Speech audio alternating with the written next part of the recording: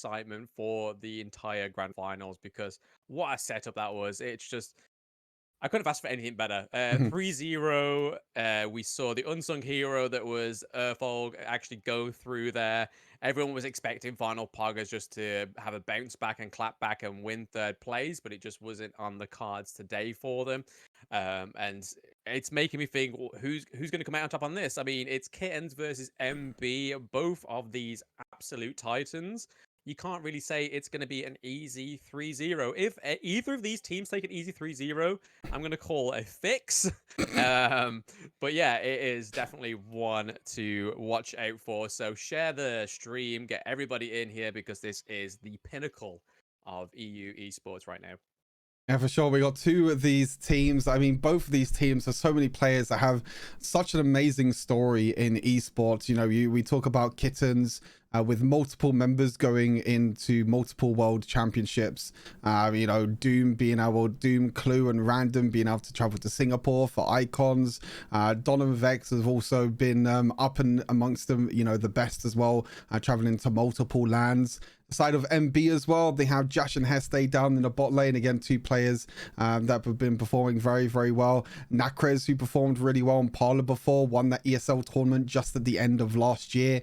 Andre Zed again traveling to Singapore, and the same with Lonely Kid. So both of these teams have such great stories. They have such great backgrounds, and they're such great players that I think we're going to be in for the best of 5 series that we are going to get from these two teams. I think we're going to see crazy picks, we're going to see crazy drafts, we're going to see crazy gameplay, and we're all going to be started off in this game number 1 draft right now. MB starting on the blue side, Team Kettens starting on the red side. See if we get a bit of a switch up from what we saw in the first series of the day. Yeah, I'm just expecting more woo from Doom, because I know you love it so much, Doom. Ah! The Seraphine, please. I need more Seraphine. I need more opportunities to sing. More opportunities to sing and dance. Oh, yeah. Definitely. It'd be interesting to see if we actually see Jace come through this time, because, I mean, in the entire of that last three matches, we didn't actually see a single Jace, not even hovered, not even flirted with, in terms of a decision of picking that Jace there. So it was a bit of a, maybe it was a bit of a misstep, or it's been overdone yesterday. Maybe we won't see any Jace this time around, but we're seeing that Shen, Gragas, Yone bans, so typical bans that we're used to seeing, other than the Gragas last time. So in the last series, we didn't see Gragas get banned once. He is here to stay. Yep, Shen being banned away. Kind of no surprise here on the side of Team Kettens. We did see these two teams play off against each other on the last day of group stage. Even though Team Kettens won it 2-1, I mean, it was a bit of like a for fun for both of them teams. They were just picking like random picks. They were just having a bit of fun, really, because both these teams already had their seed secured, whether it was first seed for Team Kettens or second seed, I should say, for Team MB. But now I think this is where it really comes down to, you know, the team compositions. The players are going to be playing at their full potential, because there is a lot on the line for this game. Yeah, that Camille, the Galio, all been taken off the card straight away in the first 3 bans for both teams. So we're definitely going to see a switch up of what we were seeing yesterday.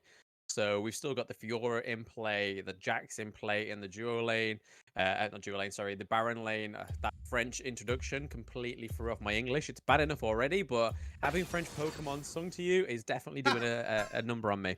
Got plenty more where that came from. I have been taught the wonders of Pokemon in French.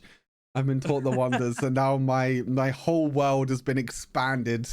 I've watched the whole intro as well to Pokemon in French, and it was something that yeah, I probably won't see again, but you know, I won't understand it at all. But yeah, it was really, really funny. But anyway, first pick here for Nautilus, I think, is very interesting, especially with Team MB banning away 2 supports already with the Gragas and the Galio. That Nautilus rises up into priority, like shoots up in priority for the side of Team MB. The interesting thing, though, is that you're banning out these supports against Clue, but Clue has already shown that he can play multiple different supports, whether it be the likes of the the Brom that he's picked up before. Maybe they play Enchanters down in the bot lane. These are 2 picks that are quite interesting. Morgana. Now, we did see Morgana in the bot lane for our nation in the previous series, but Vex is a player that has played Morgana jungle before, so it could be a bit of a flex pick. Yeah, we could see that Wukong in that dual lane. I know we're really anticipated for it once again, but no. 2 solid picks there to begin with. But like you say, with that Nautilus now been taken off the cards, with the Galio and the Gragas also taken by bans, that would be your priority support. But it's Clue. Clue does what Clue does best, and that is support. Will we see a set support on the side this time of the Clue? It could be interesting. We saw it on MB. It worked really well with the utility of the set support, especially with the Haymaker as well. And obviously his ultimate was fantastic. So seeing that, but we're seeing the Varus go into it. They are taking some notes from Earthhold there and taking on the Aatrox pick. Yeah, Aatrox is such a big pick right now. It's such a strong pick, and Andre Z has been playing it a lot in the jungle, so they're getting quite a lot of comfort picks. Heste with a comfort pick onto Nautilus.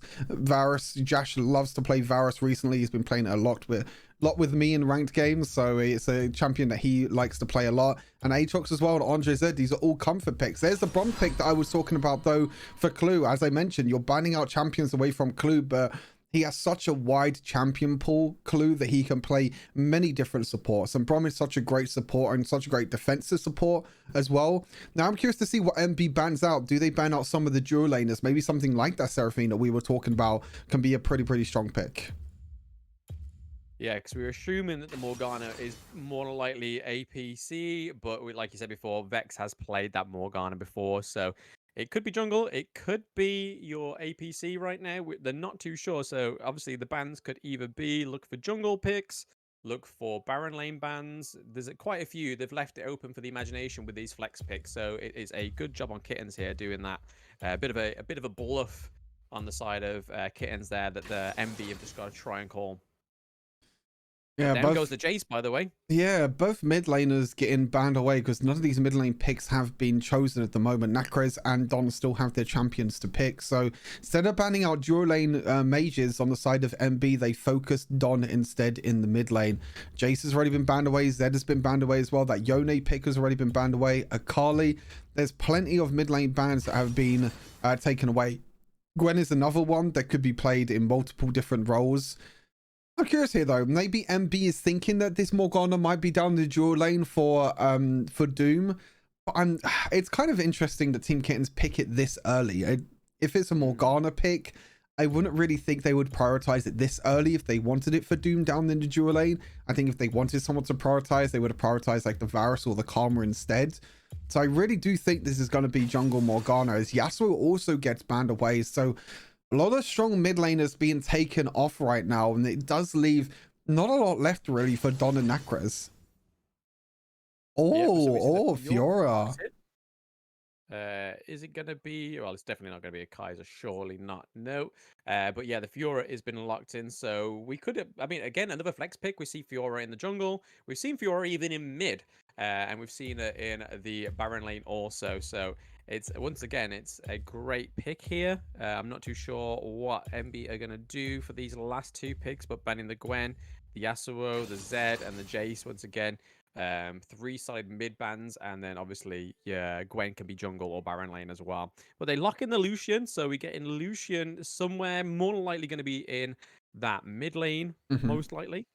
Yeah, I mean, I think it will definitely be mid lane for Nakrez. It's a champion that he's played quite a lot. It's an aggressive champion that he likes to play in the mid lane as well. Nakrez is known for this player that likes to play these aggressive picks, whether it be the Akali, the Lucian as well. And then Lonely Kid looks like he might be on Garen duty. I mean, if this is completely wild and it has happened before, then maybe Lucian goes in the Baron lane for Lonely Kids.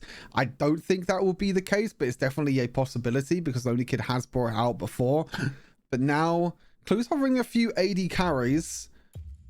I'm not expecting to see an AD carry here. Expecting more to see. There we go. That's what we was maybe. Oh, maybe not. Oh.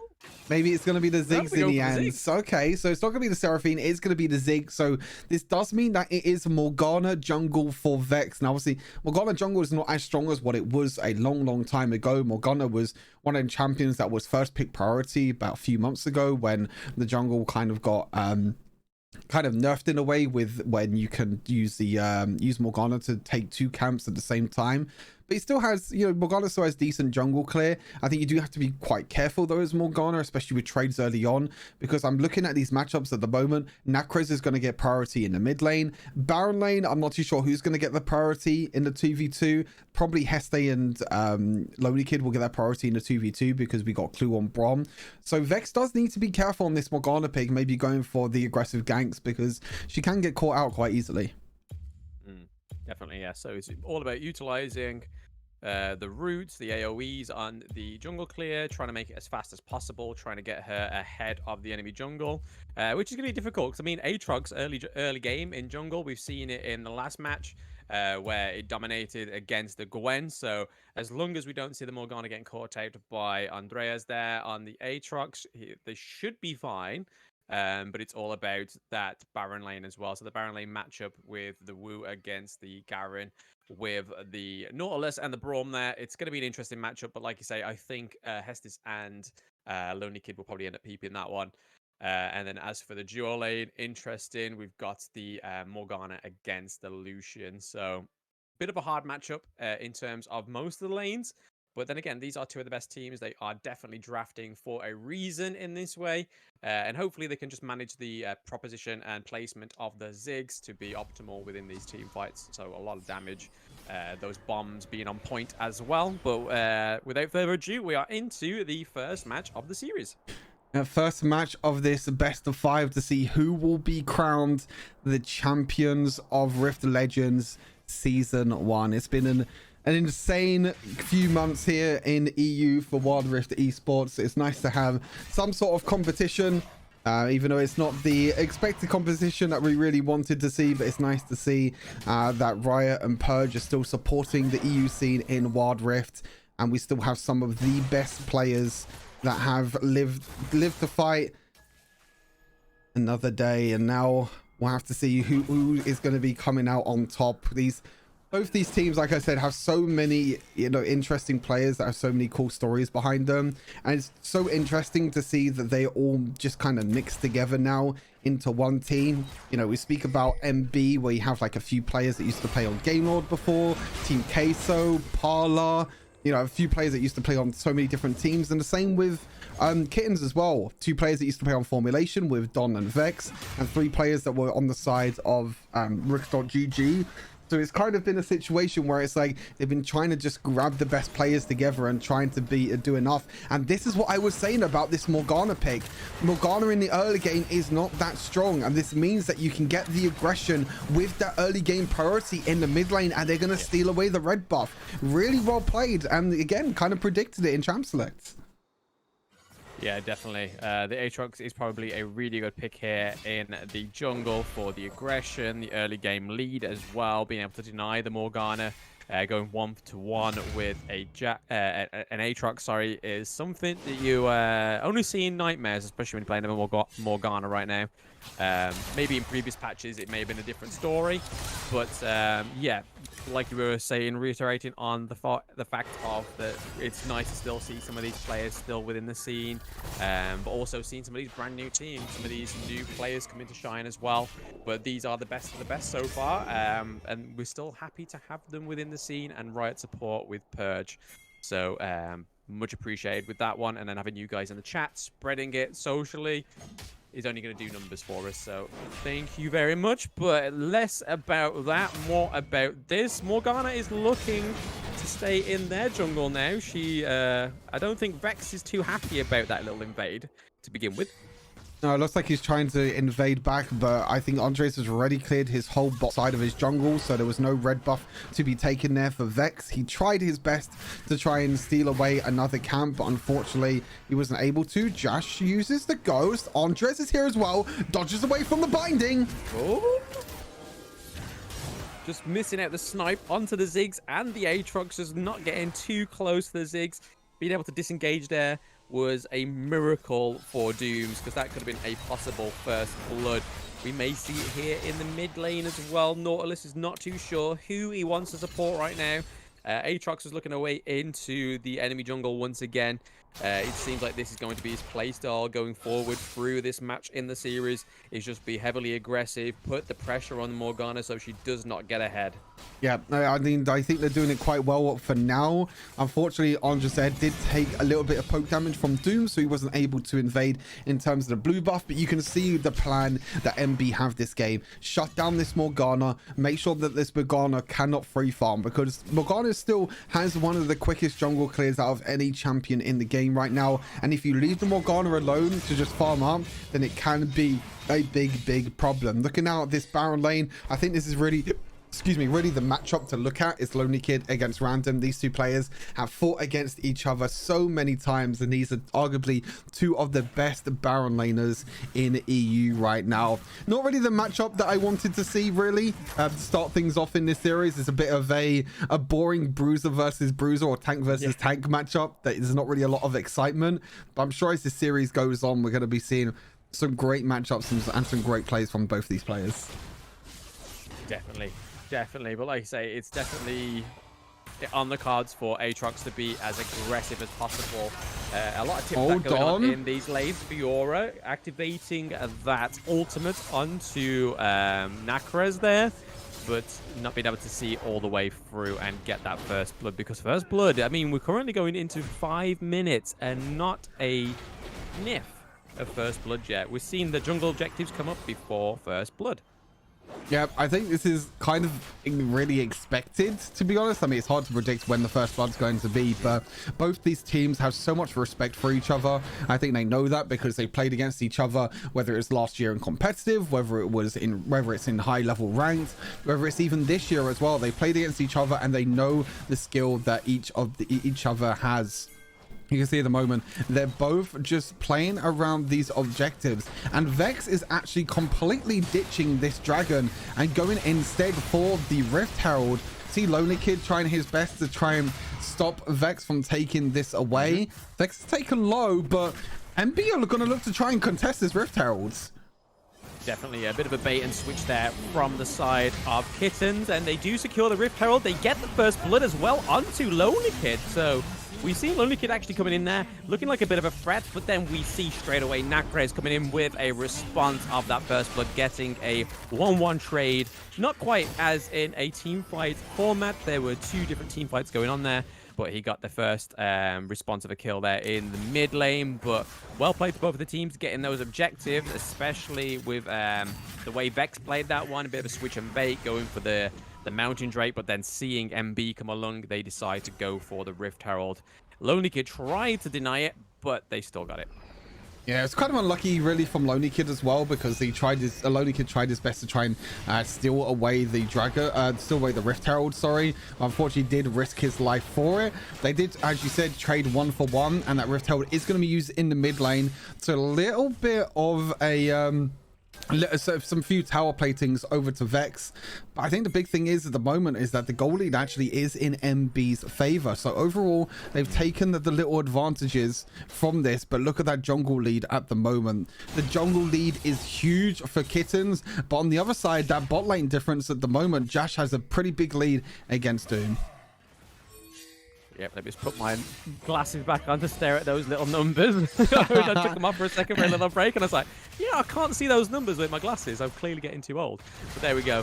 Yeah, you can definitely see those gold leads. Nautilus going in with that ultimate, catching it onto Wukong there, and it then actually doing a lot of damage. It's a 4v1 under the turret, and you are secure in a kill if you are going to 4v1 under that turret. So nicely done there by MB, getting the second kill on the board for themselves. And here we are, we're seeing it. They're still advancing, they're still giving some aggression, and Aatrox is that champion you want to be aggressive with it, but also at the same time they are losing that bot lane turret, so they get the Baron lane. So retrospectively, I was thinking that was a better trade for Kittens, but then we saw MB call back straight away and get that Baron lane turret. So it's an even trade, but they do get that extra kill, so a little bit more gold in the favor of MB here.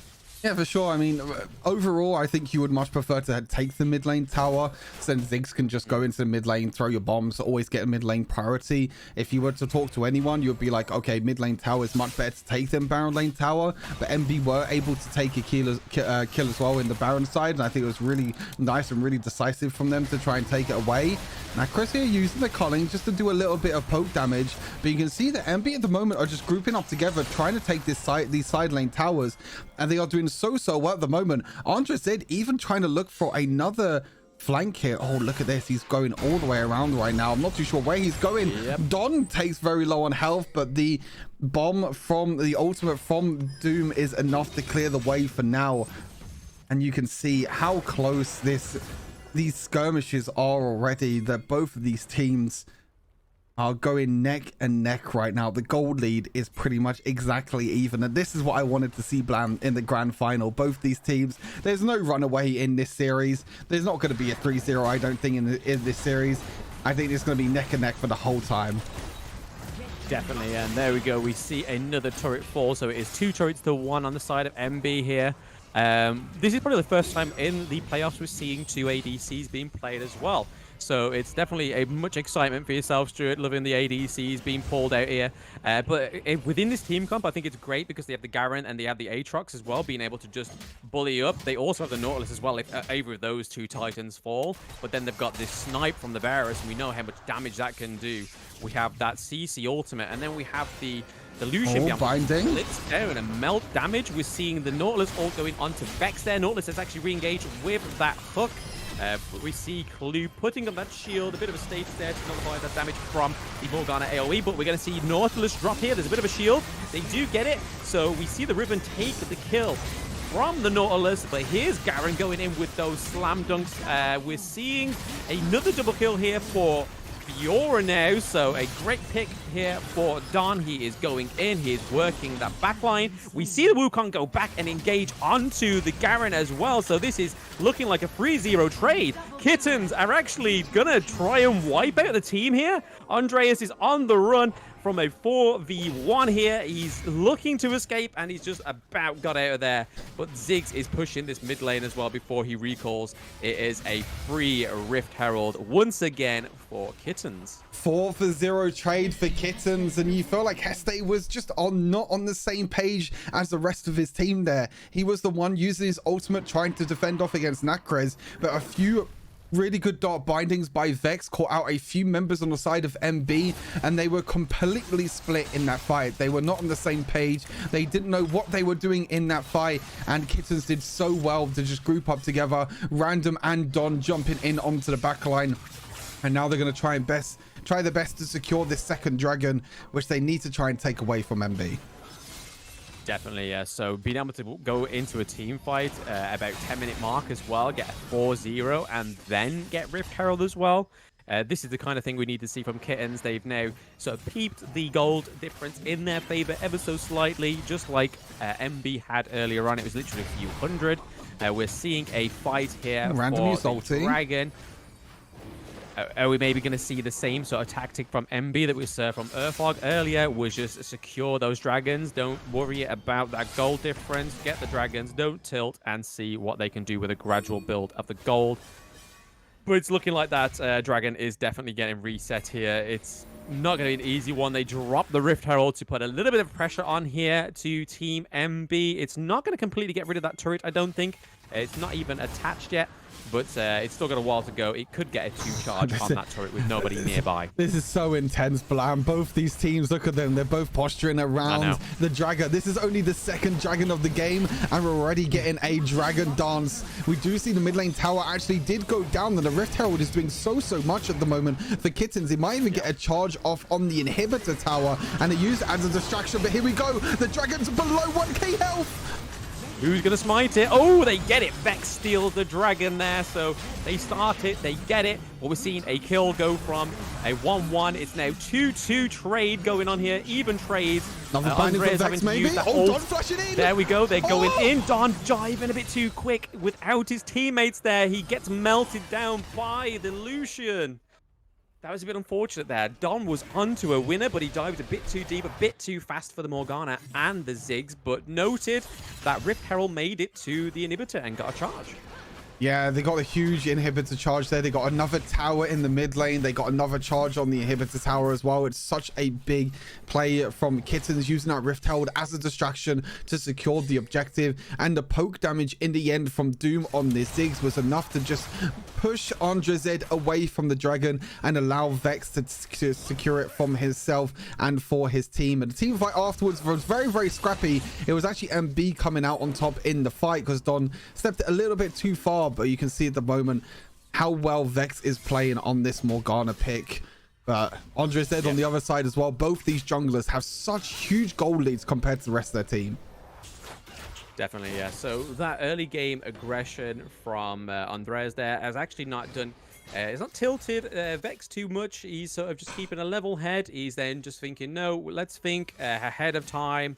Let's think of the bigger picture. Let's just make sure we're securing these massive jungle objectives rather than over these red buffs and blue buffs. We're seeing that goal difference only in a slight bit of hundreds there in the favor still of Vex in the jungle. We're seeing Lonely Kid pretty low. He's got some damage over time there. He's looking very, very low, but it's a 2-1. Hold on. Don here, but Don is trying his best. Clue in. Oh, Ziggs ultimate just missing out on Andreas there. That would have been massive, massive damage. It would have been a kill there on Andreas, but Clue and Don have to be careful. It is now a 4-2. Oh, hook flash! Ziggs coming in here. Oh, Doom. Oh, parry! That parry was so nice. Don parries the ulti. Don with the insane outplays on the Fiora. First he survives the 1 versus 2. Then he parries the Garen ultimate and kills away Lonely Kid as well. My God, Don, that was insane. That was absolute violation there from Don. And I mean, we've seen Wukong take that Baron lane as well. He's got a good push within the Baron lane also. So some really good management there from the team. We saw a great uneven team fight that actually went in the favor of Kettens there. Don being an absolute star with that parry. And when you're playing Fiora, that is the mechanic you need to look out for. It's not about diving for the back line, taking out those kills. It's also about that parry. Getting that parry on point makes the whole difference of a good Fiora and an amazing Fiora. My God, it was absolutely insane play there. You can see that MB was trying their best to try and catch up Don because he was so low on health. But Don was getting so much healing from the Divine Sundra and from his passive as well, proccing the vitals onto Lonely Kid. And Lonely Kid has not had the best start of this series. I mean, Lonely Kid is a player that's used to playing all these carry picks, whether it be like the likes of Fiora, Jax, all these champions, but you're sticking a Lonely Kid, one of your best playmaking champions, on a Garen, which is not really the sort of pick you want to see. Chain of Corruption in the top side. Oh. The counter engage though. Here we go. Yep, we've seen that Cyclone from Wukong. Lonely Kid once again trying to get out there with little health. Wukong going back in with that Trickster's thing. The clone once again. Ziggs was trying to find Doom there, trying to find a kill under the turret with that. But we're seeing Nakras take a kill on Don there. 1v1. Yeah, it was a 1v1 solo kill there for, oh my God, the damage. Doom, ulti. Oh, I don't think he has it available. He only doesn't have it up at the moment. That could have been another kill there over to Doom. Unfortunately not. Doom at the moment currently 1-0 and 6, hasn't died a single time this game right now. And he is doing so well on this Ziggs. Just trying his best to stay back and stay passive. Andrezed here trying to catch up random. Stays here as well. This is 4 versus 1, but the rest of Kettens are here. Oh, nice little bomb there from Dooms. Vex is in there deep, but oh, a little bit too deep. We see a trade. It is a 1v1 trade there because that Fiora casualty for us from earlier. So we thought Varus actually got the 1-up on a Vex there, but we then saw that damage over time go onto the Vex as well. So a nice 1-1 trade there. We will see Vex pop up again in 35 seconds, but That dragon is up. Andreas is still there, so he could then make his way after this recall straight to the dragon. But we're seeing Random actually looking to start a fight and get the dragon, possibly. He has just got the health. I thought maybe going for the Rift Scuttle there, but Rift Scuttle is not up just yet. But it's going to be a 4v4 here, but they do have a smite on the side of MB. So it's going to be very, very close if they start this team fight right now.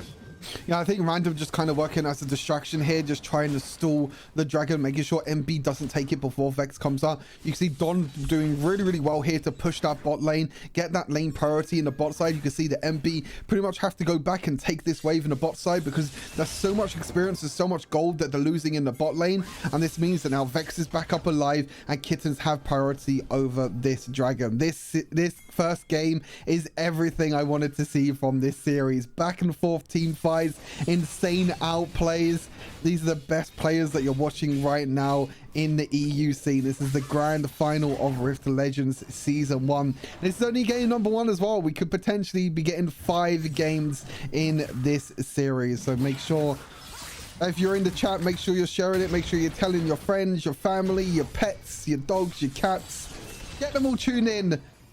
We need everything we can get now to help these players out. Andreas going in! Oh, he tried to steal the dragon there. That was so close, but Vex just keeps that smite there. And here we go. They are focusing the Andreas there, so down goes the Aatrox. So it is a 1-1 trade now. Dunn going a bit too deep there, but managed to get the kill on Aatrox. We're seeing the Garen, Lonely Kid, very low. Nautilus trying to get her there with his B-Tech Spider-Man skills with that hook. Once again tries it. Everyone's chasing after Hestus. He is taking one for his teammates right now. He is definitely B-teching it away, but there we go. Vex gets it. She lands that AoE damage onto the Nautilus. 25 seconds. Is it that time already for Elder Dragon? It seems like this match has just begun. It's crazy that the Elder Dragon is up right now. It's coming up in 16 seconds. What is going on? Yeah, there was only a few more seconds left for that Infernal Dragon to be taken, and it was taken in the end by Vex with the Smite fight win in the end. But as you mentioned, 5 more seconds until the Elder Drake. We're already at 20 minutes in this game. It's been so fun to watch that you feel like it's only been a couple of minutes in this game. It's gone by so quickly, but now this is really what it comes down to. We always say that these Elder Dragons are the best win condition for any one of these two teams, but Kittens are the ones that have been getting priority over these objectives for now and getting this river control. They're getting the side lanes pushed, they're getting the mid wave pushed in every single time, and it means that they have control over this river and they can get this vision priority. Jash uses the stasis to stop the damage. Okay, I'm not too sure what I think about that. So Jash doesn't have stasis up. We've got a split team, split push going on here. We've got the Nacrez and the Andreas splitting on the backside, and then we have them here. It's a 4v5, but they've evened it to a 4v4 because they've got the Fiora. Random on Fiora pushing that Baron lane as well to put some pressure on to try and stop this team fight. But Andreas is taking a lot of hits. He has Nacrez here for support. We have Jash here also, and Lonely Kid is looking here as well, but he is pretty much at 2/3 of health. Andreas trying to find a way back around, trying to find a way in on Doom on this Ziggs. Oh, the bang on the Jash! Would be great here. They do take out the Ziggs. Oh, they take out Jash as well, so no damage carriers here, but they do still have the Lucian here as the second hand. The double kill goes again for Random there on the Wukong. They are going in hard on MB, but Lonely Kid gets a kill. There is still only Smite, but we have Don here pushing that Baron lane. So much going on. What is going on this game? This game's absolutely fiesta. Andre Zed might be dying here, but Don is pushing into the base right now. Don is in a 1v1 against Heste. Heste is trying all he can to defend this base. You don't have a lot of damage, but you do have enough tankiness to stop this game from ending. And my god, that team fight was just so back and forth. We saw on one side, Jash got caught on the back line and Random was able to dash in. Doom also got caught as well. Both these dual lane carries were caught in the back line and nothing happens. We still don't know what way this direction, which way this game is going right now. definitely. I mean, that was absolutely nuts. Just seeing all those trades go off under the Dragon. The Dragon's still rocking itself, still feeling itself in its pit. But we see that that's massive. That Baron lane push there from Don was a massive thing, because when they re-engage for this Dragon next time, they're going to have somebody missing from the team fights, and it's going to be Lonely Kid having to combat those empowered minions in the Baron lane. He's managed to hold them off so far. He's in the jungle. He's flickering between them because they also have the mid lane push as well. So the pressure is on. They have the Hull Breaker here with Don as well. So it's kind of currently looking for a matchup for the 1v1, but we're seeing Andreas come round here as well. Can we see a 2v1? Can Don outdo another 2v1? Here's Doom with that ultimate. He catches some of the damage. He statuses as well very nicely. Clue in here to give some assistance, but down goes Don. Don is down. Down goes the kill. The Dragon is taken. They have that, but can they manage to do it? Here, they are taking out. They are taking names there. Drinking milk, taking names, all out of milk. We get the quadra kill here. Can we get a first penta in the playoffs?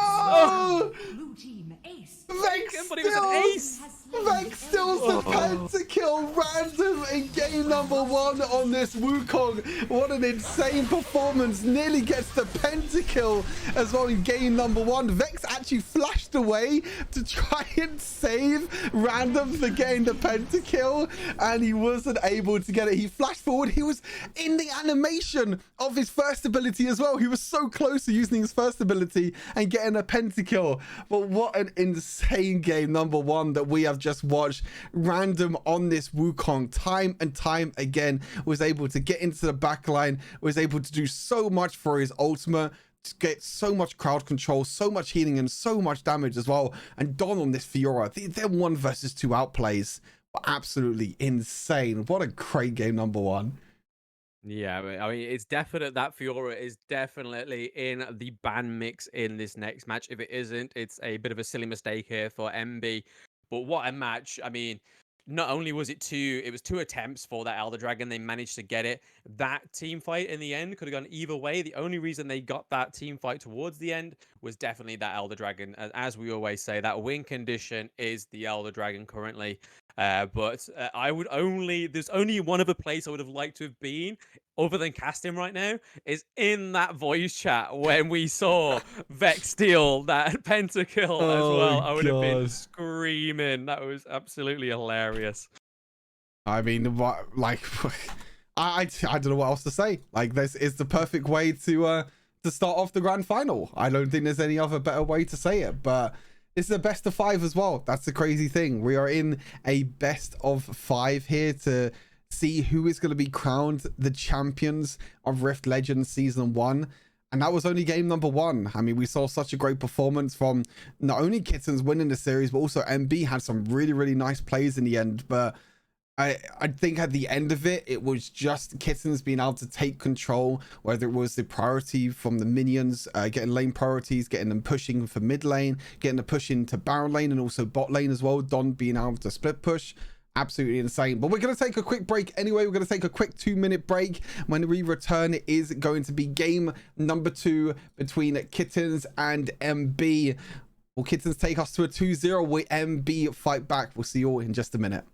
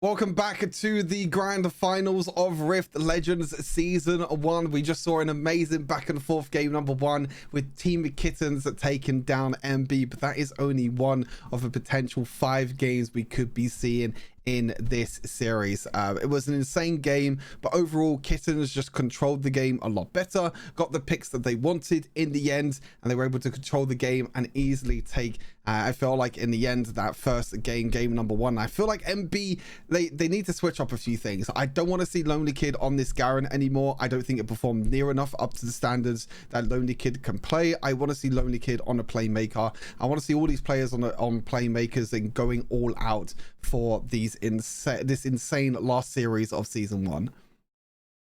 Definitely, yeah. I mean, you can tell it's a good match or a fantastic match. Like, we just didn't even look at the time and was like, wait, Elder Drake? And it was just like, took us by surprise because we just weren't watching the clock. There was just so much time going, so much things just going on. If it weren't a team fight, it was a push in the lane, it was a 1v1, it was a 2v1 in Don's case, and coming out on top with that Fiora with the fantastic parries.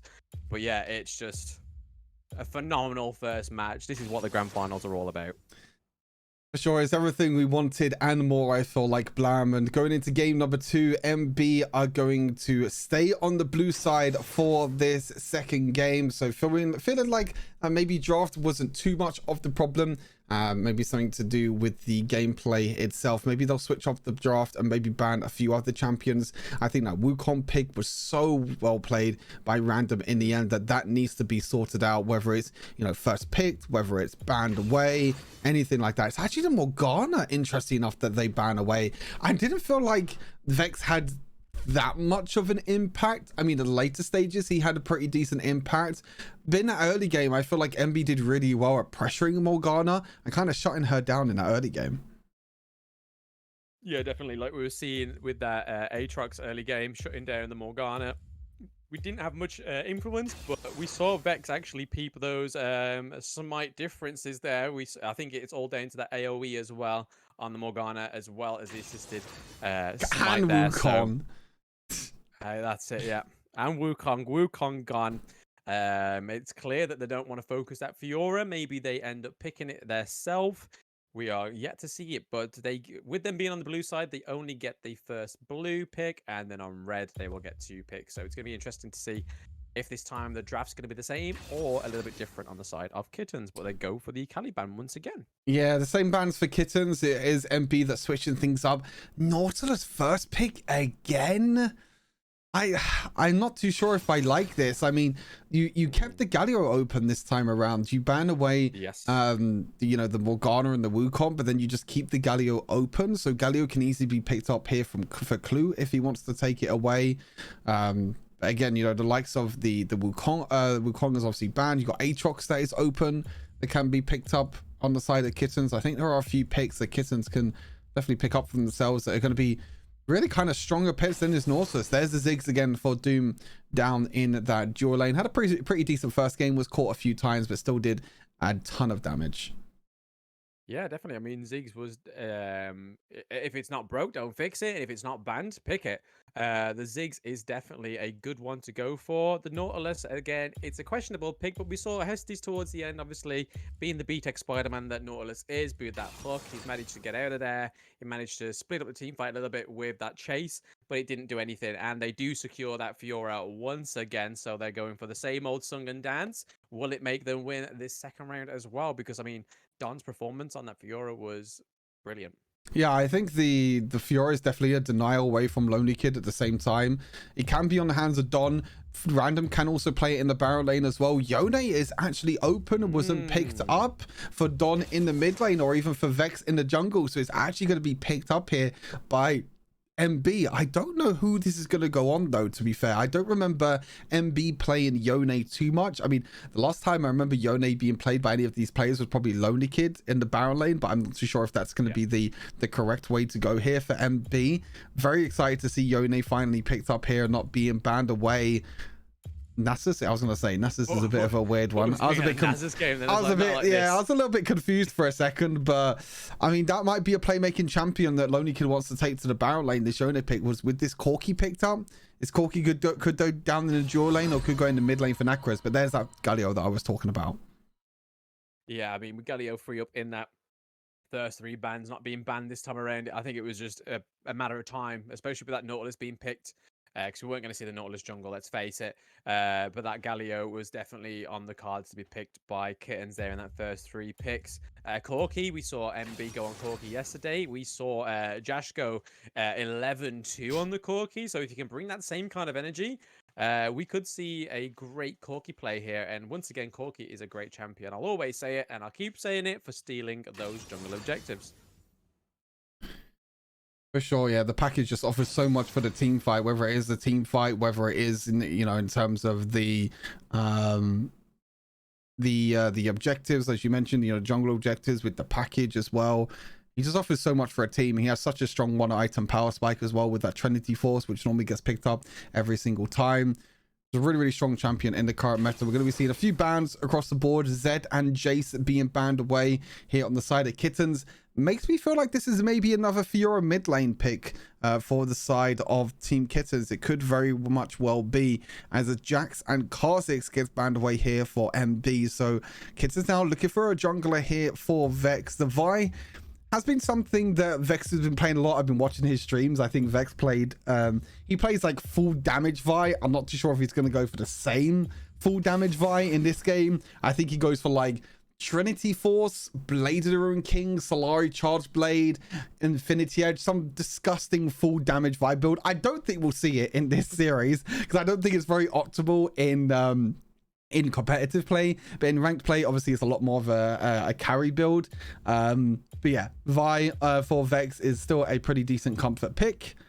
I want to see how MB responds. Definitely, yeah. We're seeing that Jace take off the cards once again. So Jace has been put in the naughty corner today because we did see him get played quite a bit. Maybe he's just been exhausted in terms of being that pro pick, because we saw some really good Jace plays on both the side of Kittens and MB in both their matches. So yeah, it's just definitely one of those picks that I think they want off the card. Zed's once again being that in the naughty corner as well. We're seeing the Renekton and the possible Set coming out once again. Set was a great pick for MB yesterday. Great utility within that. I mean, where's that Set gonna go? I think it's Nautilus jungle. I think it actually is also Nautilus jungle for Andre said, which is something that I was not expecting. Okay. So you got Renekton top lane for Lonely Kid, mid lane Necros on the Yone, and then you have Corki and the Set obviously for Heste in the bot lane. But yeah, as you mentioned, Heste had a great performance on the Set yesterday. Absolutely insane showstoppers at the end of the game. It could also be, you know, Renekton in the mid lane and Yone in the Baron lane for Lonely Kid. But yeah, this looks like is what it's going to be. I mean, I've not seen Andre Zed play Nautilus at all. Obviously, AP Nautilus is very, very popular at the moment. Vex is normally the one picking it up, but it's actually going to be Andre Zed this time around. And Gwen mid lane for the Don against this pick of Yone. So some spicy matchups. I mean, this is the sort of Baron lane matchup I wanted to see as well. You know, Lonely Kid against Random, Renekton against Fiora. It's going to be absolutely insane, especially with the supports as well that's going to be paired with them in the Baron lane. Really excited for this game too.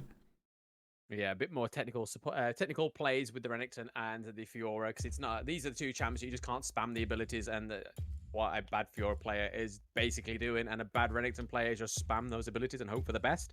But yeah, matched up with the Galio and the Set in that Baron lane is going to be a really, I think it's going to be a good brawl in that lane, because Galio, you've got the taunt, you've got the dash for the knock-up as well, and then Set, you've got the haymakers, you've got his ultimate. There's a lot of CC going on there, so it's going to be a big old clash in that Baron lane. I'm expecting big things from this match in the Baron lane, to be honest, because last match we didn't see too much going on, with them being both Garen on tags, yeah. Exactly, that's it. Whereas the Fiora and the Renekton, it's a bit better matchup, especially to cast as well. But being accompanied by the Galio and the Set is definitely one to watch.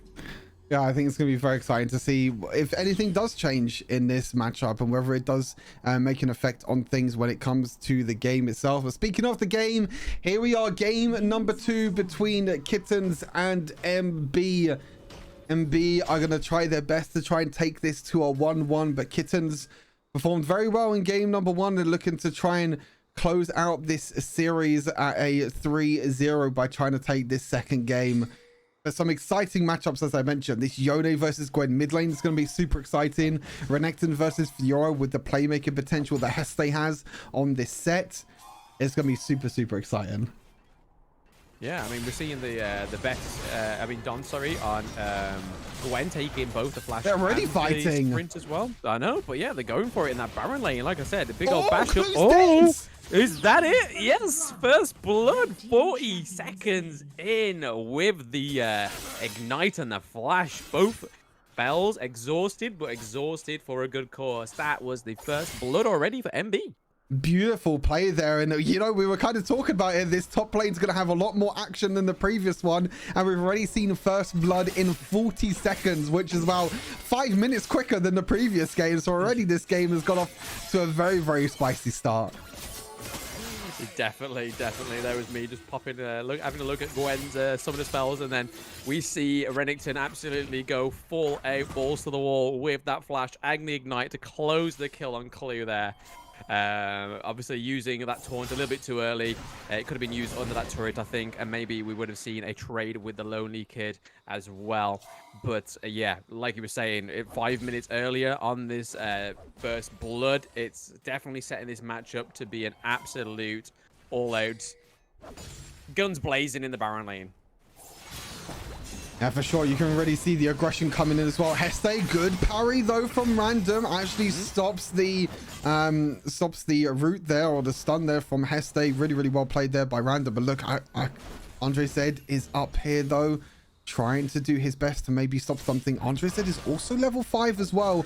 So maybe they're going to look to push in this lane and maybe look for a tower dive.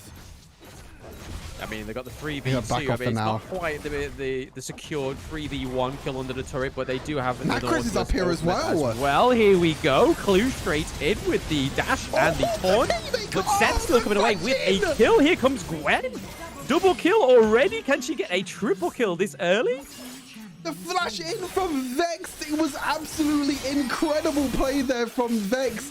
The tower dive in the end did not work out. Nacris was there to try and defend MB, but in the end, Vex was an absolutely insane flash first ability there. Knocks up 3 members on the side of MB, follows it up with the assault and battery, and that's a huge swing around for Kettens.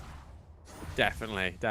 We saw Heste's coming in there, getting the kill as well, and then Dom was just like, hold my beer, I'm going in for a double kill here, going in, and then he managed to do it. So seeing that sprint as well with the dash, that was just beautifully executed by Dom. But I think, should we expect anything less from his skill on the Fiora last match and now on the Gwen this time around? It's just, he's pulling out all the stops right now. For sure. It just shows how well these players can play on many, many different champions.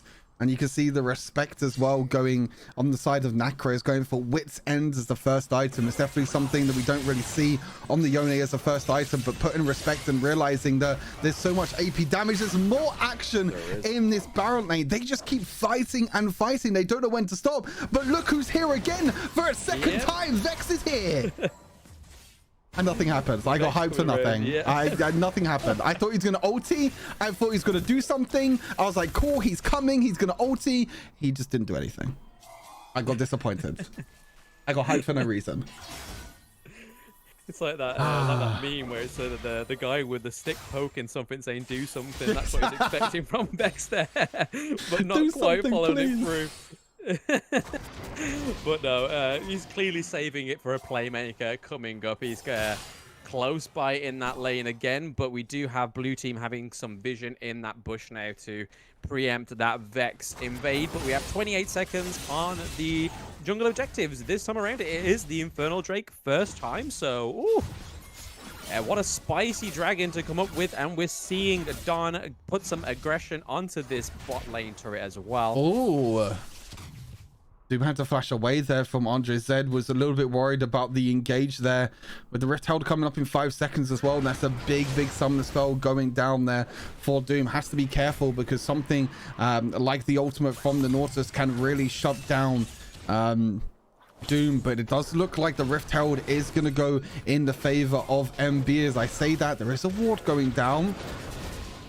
The Kittens are going to try and stop this, but I don't think they're going to do anything. Yeah, the Dragon's just going to be taken. I think this is just going to be a trading objectives. Yeah, I mean, to be fair, personally, I think the Infernal Drake would have been great. Tower dive? Better pick, to be honest. Yep, tower dive there. I mean, they could probably put that in the Baron lane. Baron lane probably the most damage turret out of them all for Kittens right now. But we're seeing a bit of a 2v2 going on now. But we're seeing the set rotate round with Andreas here being forced away because they have been seen. But that could have been a almighty engage there from both of those Titans. Both the Set and the Nautilus coming in there with the Corki and the Yone. It probably would have been caught down moment for Vex and Gwen. It just shows at the moment, like both these supports are rotating around like junglers at the same time. You know, both Andre Zed and sorry, not Andre Zed, both Heste and Clue both rotating around with their junglers, trying to make plays across the map because there's not really any action happening in this mid lane at the moment. Interesting enough, Andre Zed has not used a Rift Herald yet.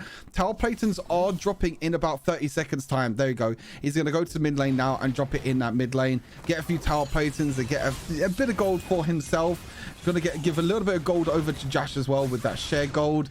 Jash, I'm not too sure you want to be here. You do need to be a little bit careful. Yeah. More action in the Baron lane though.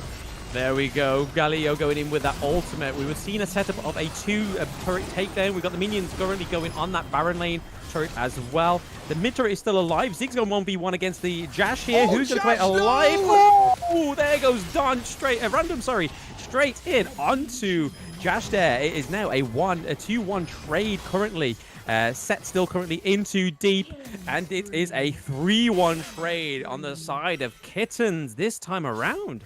Oh my god, Jash with the outplay was so close. He Valkyried the Ziggs bomb at first, then he flashed away from the second Ziggs bomb, and he nearly outplayed with that one auto attack, but unfortunately it wasn't enough, and the rest of Kittens were there to defend him. But Lonely Kid now is in a whole lot of trouble. He's lonely, and he got taken as a 3-1, just to basically the walk past the turret with Clue there. So Clue going in with a dive and the taunt, taking out the Lonely Kid in the Baron lane. Not quite getting that Baron lane turret though, but Ziggs is definitely making a work for this middle turret, as well as Gwen defending that bot lane. So no turrets have fallen, but we've seen the Rift Herald being put down in that mid lane.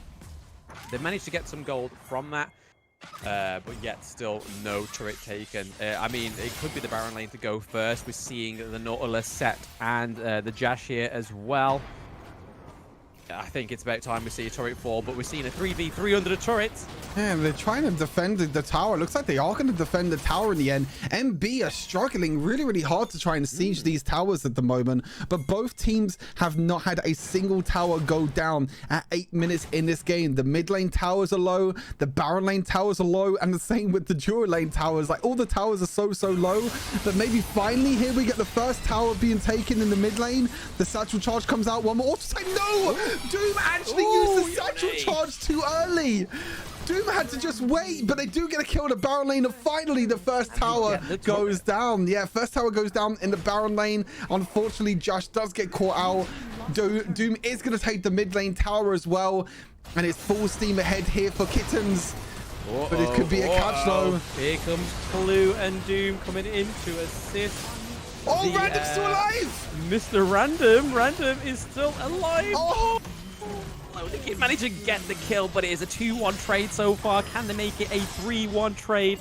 Nice status there on the set, but it was just delaying the inevitable. And then we have Yone, we have Gwen waiting around in that Shadow Clone, waiting for him to come back, but he just did not survive that comeback there. So mid turret gone, Baron turret gone, a 4-1 trade all around that mid lane, and their Rift Herald's up. They just need to go for it. This is absolutely insane. I mean, this has got turned from bad to worse now for MB. They already lost the first game of this series, and it looks like this second game as well is going to go in the hands of Kittens. Kittens just outplaying in every single lane right now. It doesn't look like there is nothing that MB can do about it. Don gonna try the 2 versus 1. Not too sure if he's gonna be able to. He's actually going back in and just auto-attacking a bunch. He's getting the healing as well. Don with the 1 versus 2. Oh my god. He still managed to get a 1-1 trade though. Oh, beautiful. That was absolutely insane. He went back inside, auto-attacking again and again, and Don, again with the 1 versus 2 outplay. Don is showing up huge in this series. Absolutely a menace to society, Dom, right now. He's just mastering the 2v1s currently. He's definitely showing why he is one of the best in EU right now. I mean, being able to have the absolute goal of that, the Gwen play, also just going down with health, but then getting the health back, going back with the auto attacks, at least trading a 1v1 in a 2v1 situation. It's just brilliant. Oh, Andres Zed is caught as well. It looks like Heste might be caught as well. This is looking really, really bad. Saying that, Necros does get a trade kill here. Oh, yeah. Does get a trade kill back. Doom is on the back line, though, trying to throw out the bombs, trying to do enough damage. He's going to do enough, though, but Don is here. He's going to wait for Heste to come back up. Yeah, he's gone. He is completely gone. Clue was just used as a distraction in the end, but another tower goes in the favor of Team Kettens, and they are just looking really good. Trying to run down that Baron lane as well, getting help from Clue and Doom here. It's a bit of a Rix reunited in that top lane to come and help his teammates, but there was no kills taken there, but it was a great push though in the Baron lane, putting some more pressure on. Kettens still not actually losing a turret right now. They're all pretty low. It wouldn't surprise me if you get to the point in the game where I mean, it's only 11 minutes, so it would surprise me if you got to that point, because, I mean, the domination right now, 6 to 17 kills, 7k gold difference, 8k now, 4 turrets difference, 2 dragons. If we get to the part where the turrets start taking burn damage, I think that's the only time we're going to see Kettens probably lose a turret right now. If we ever get to that point of the game, I think, no, we're not even going to get to that point in the game at this state. I mean, Kettens are playing so cleanly, whether it's Don with the 1 versus 2 outplays, Random as well, Doom with this insane backline damage, Clue with the playmaking, and Vex as well. He's going to find Lonely Kid in that bush. Lonely Kid against 4 members of Team Kettens. Yeah, it's just completely gone. I mean, MB are going to try and take a trade back in terms of tower. Maybe take their first tower of the game, which they did in the bot lane. Don is actually trading and actually winning the 1 versus 2 again in the bot lane. What can Don not do in this series? Uses a ghost to get away. Jumps back onto the Jash. Exhaust gets used. Clue uses the ulti as well. Don is trying to stay alive. He's trying his best. He's running away, but eventually he does fall. And the rest of MB are there to back up Jash to protect them, and Doom could also be caught, but look in the Baron lane as well. The Rift Herald's gone down in the Baron lane. Both Random and Vex are pushing in on this inhibitor tower, but MB, they're not going to go back. They're just still going to carry on fighting. Yep, so we're seeing a great distraction there from the Vex and Random there in that Baron lane, but they still managed to keep hold of the Baron lane inhibitor, which is impressive.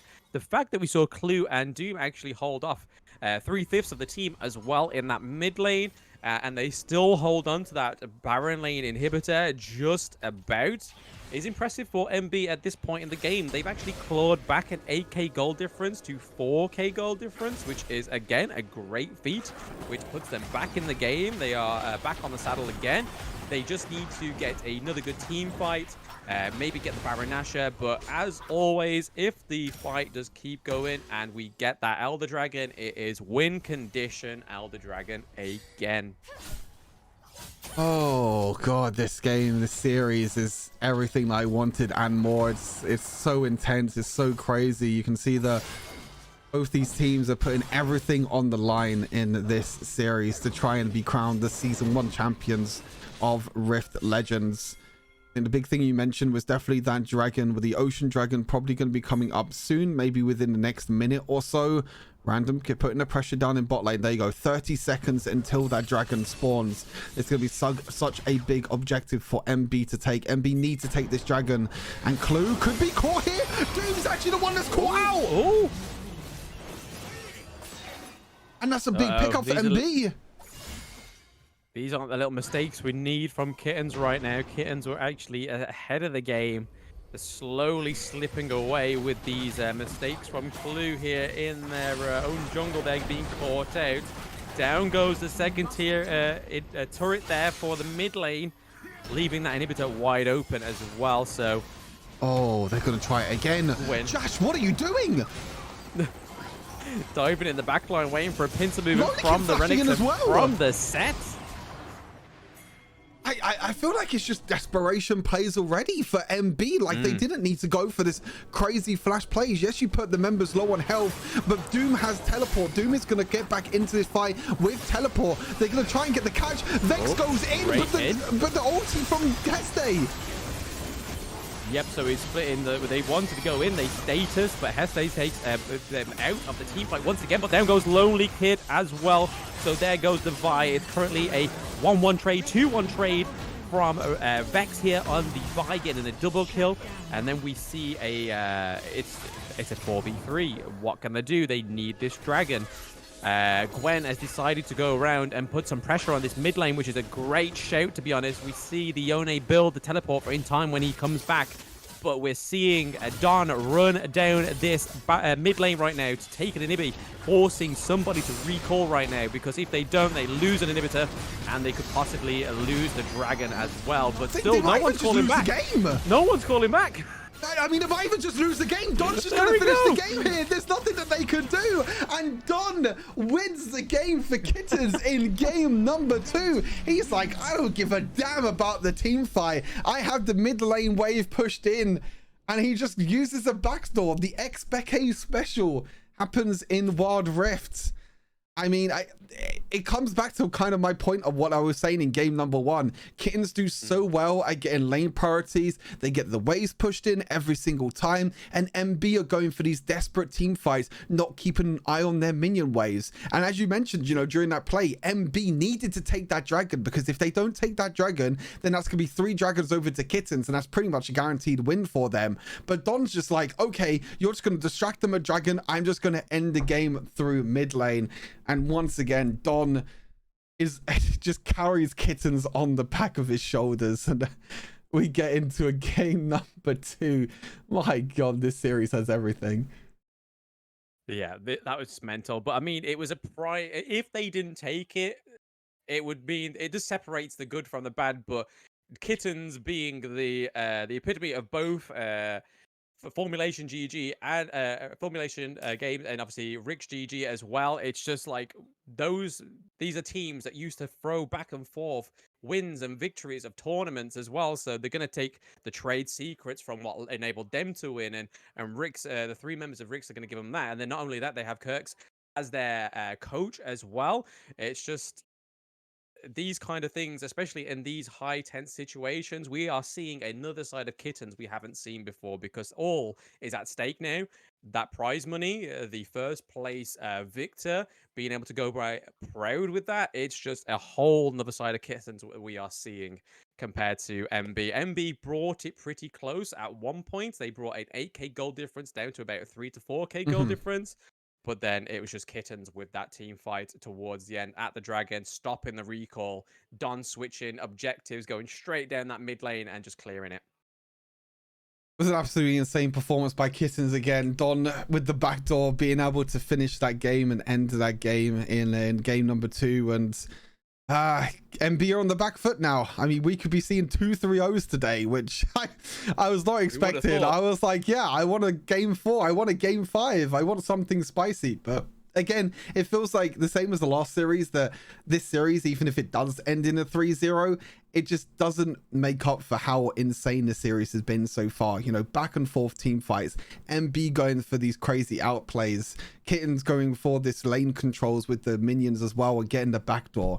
I mean, like I said, this series has everything. But we are going to go to a short break. When we do return, it is going to be game number 3 between MB and Kettens. Will Kettens close this series out 3-0 and be crowned the Rift Legends champions, or will MB come back and still get a fight in and take us to a game number 4? We'll see you in just a second.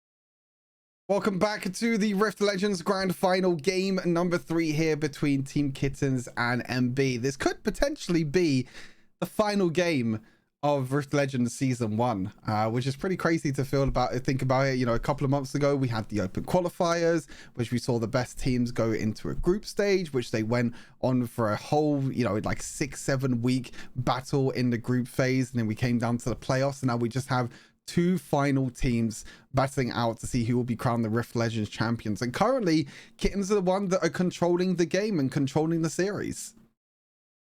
Definitely, yeah. I mean, I'm with you. I didn't expect what could potentially be a 3-0 in the finale between these two titans of the teams.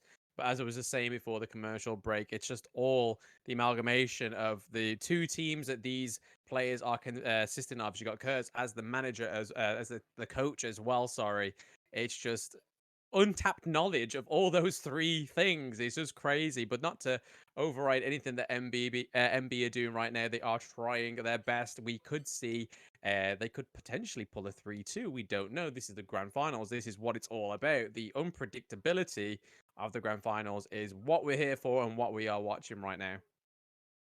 Yep, it comes down to these last 2 teams. We're going to be going to draft very, very shortly. Again, MB pick blue side for this next game.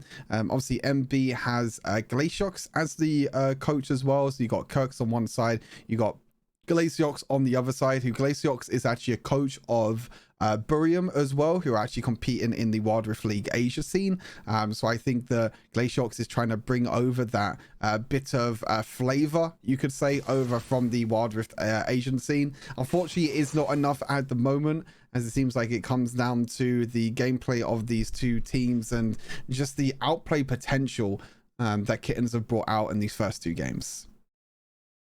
Yeah, definitely. It's all about this draft, to be honest. I mean, what can they do in terms of ban right now? Because we saw Don on the Fiora 2v1ing. We saw him on the Gwen 2v1ing. We saw Random go on the Fiora as well as the Wukong. It's just, there's a lot of champion pool there for all these players right now. And it's just hard to precisely ban every one of these top tier picks that Kettens aren't picking and then going for the priority. But once again, we're seeing MB on the blue side following the suit of final poggers, just constantly staying on that blue side, and then Kettens are getting those 2 first pick priorities as well. So yes, it can hinder it, but at the same time, it's definitely working out in the favor of the red side right now.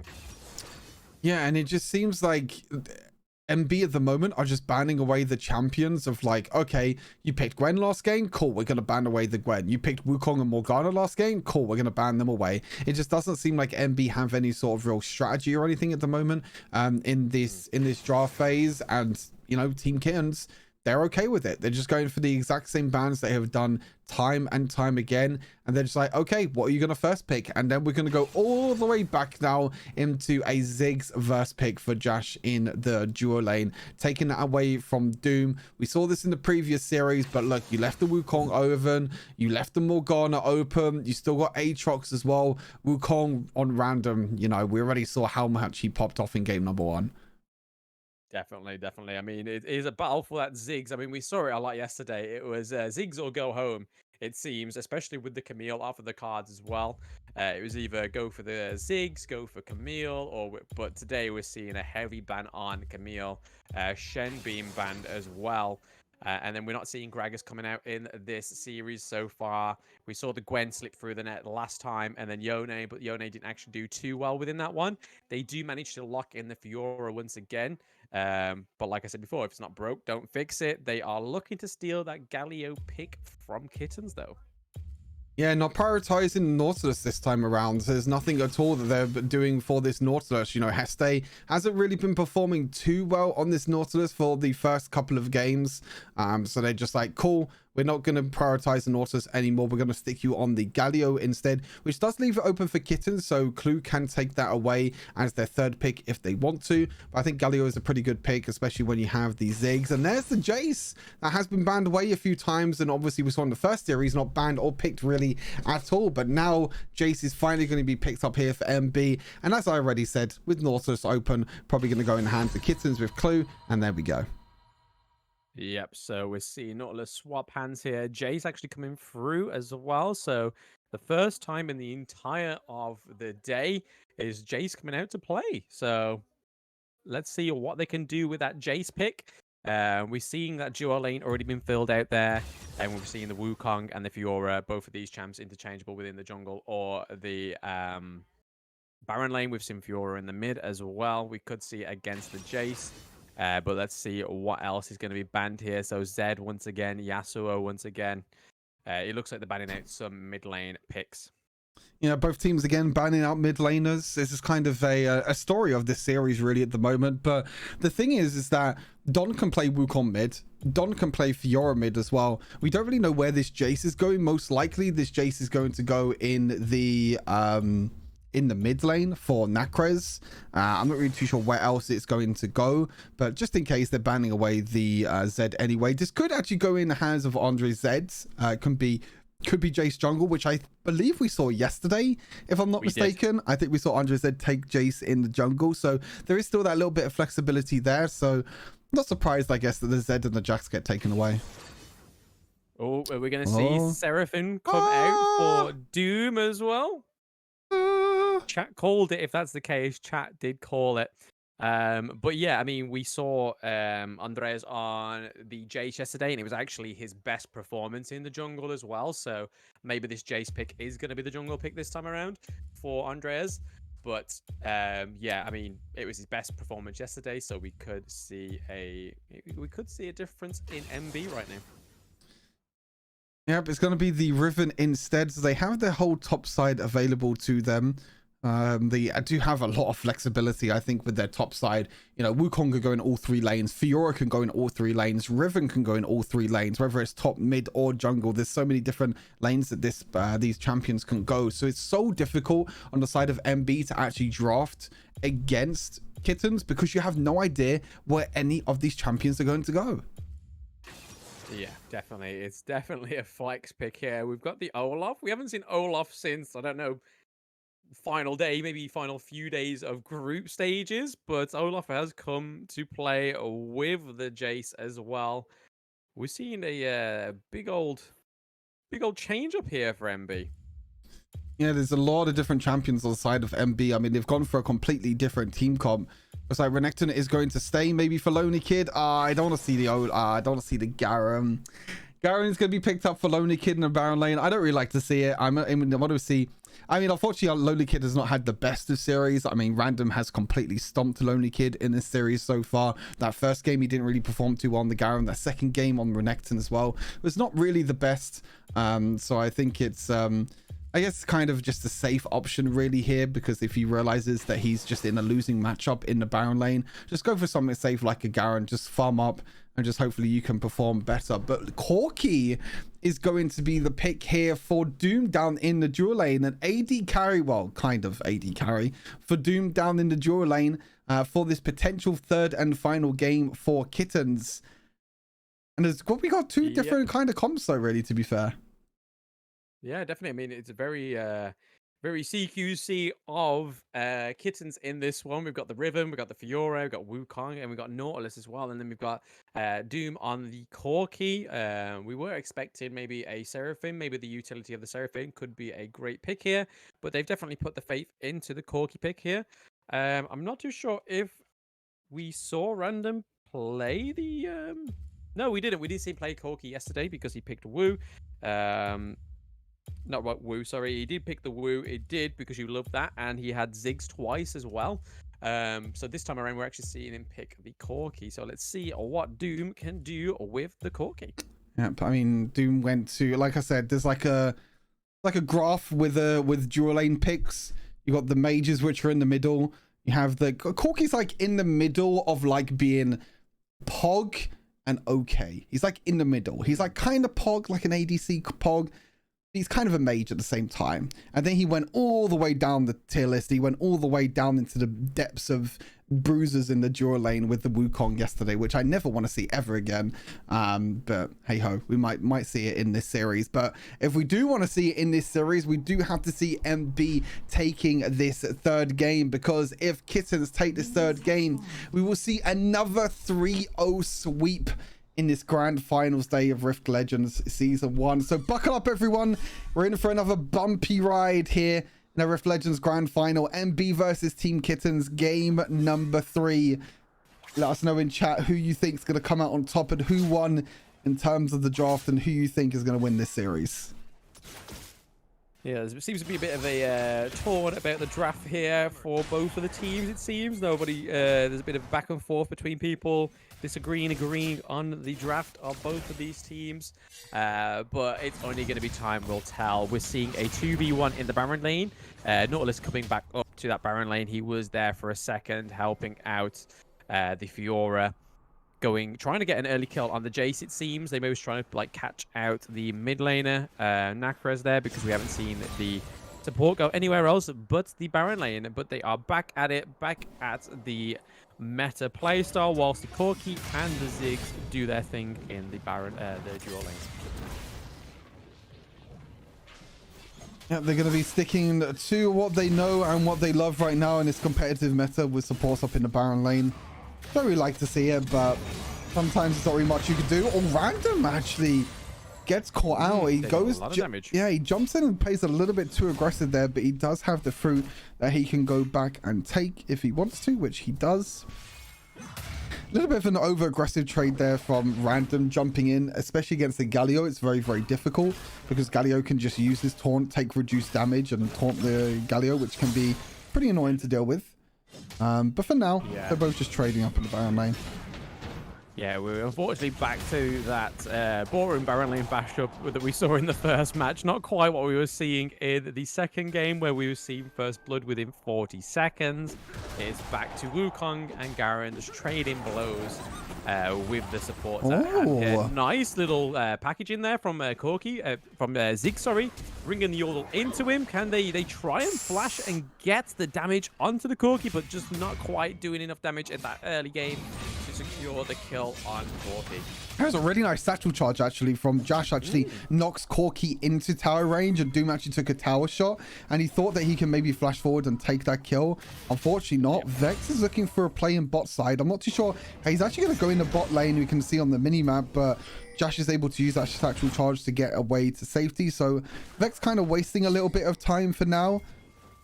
Both players looking, or both teams looking to try and make plays in these side lanes, but nothing is going to come of it just yet.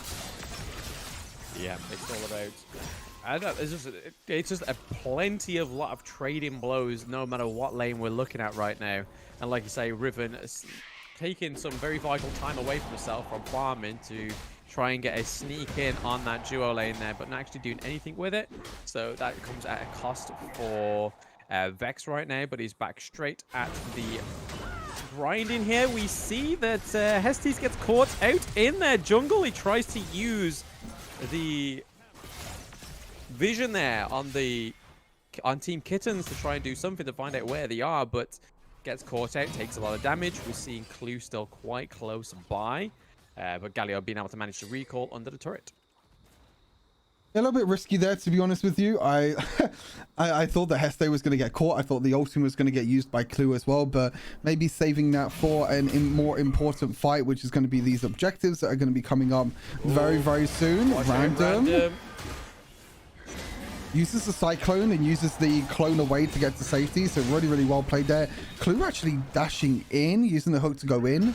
Realizes that Vex is just behind him, uses it as just a distraction, but nothing comes up of it again. I feel like this early game, both these teams are playing very cautiously. They're going for these short trades, but nothing too crazy in terms of full engages just yet, as we might be waiting another 5 minutes again, Blam, for our first kill of the game. That's it. It's a roller coaster of emotions and tempo. First match was all the way down low, and then it was on the second match, and then it's back down like this on the third match.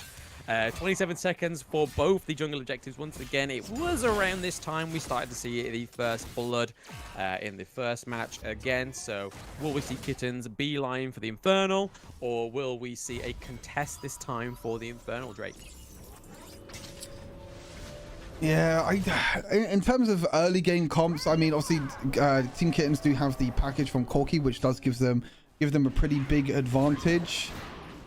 trying to think in terms of early game comps, like what these teams want to do and how they're going to actually be able to take these first objectives, or what they're going to prioritize. I think the big thing is at the moment that Andre Zed has not completed his first item, so he doesn't have Divine Thunder completed, which is a pretty big pickup. Heste does not have Flash available still. He could get caught here. Nope. There we go, but Status keeping him from that, but just delaying the inevitable, and then Kettens get the first blood on the Galio, so Status nullifying that damage from the Ziggs, but we see the Jace going here. Jace could actually do some damage here, but there is a Status from Clue right now. But then we see the Fiora, so Don going back in there, but Lonely Kill with the kill there, so a 1-1 trade. Well, it's 2-1 technically, but Galio is back up. But Lonely Kid coming in there to get the first kill for MB, taking some unnecessary hits from the turret there, hoping to catch Dooms, but Doom managed to get away safely. Overall, pretty good trade for Kettens. They'll take the first objective. They'll take the 3 kills that they got. And Heste walking up a bit too far, to be honest with you, especially with Heste not having Flash, because he actually blew his Flash beforehand by getting caught out. Random could get solo killed here by the barrier, the minions. Silence, there we go. Lonely Kid keeps it.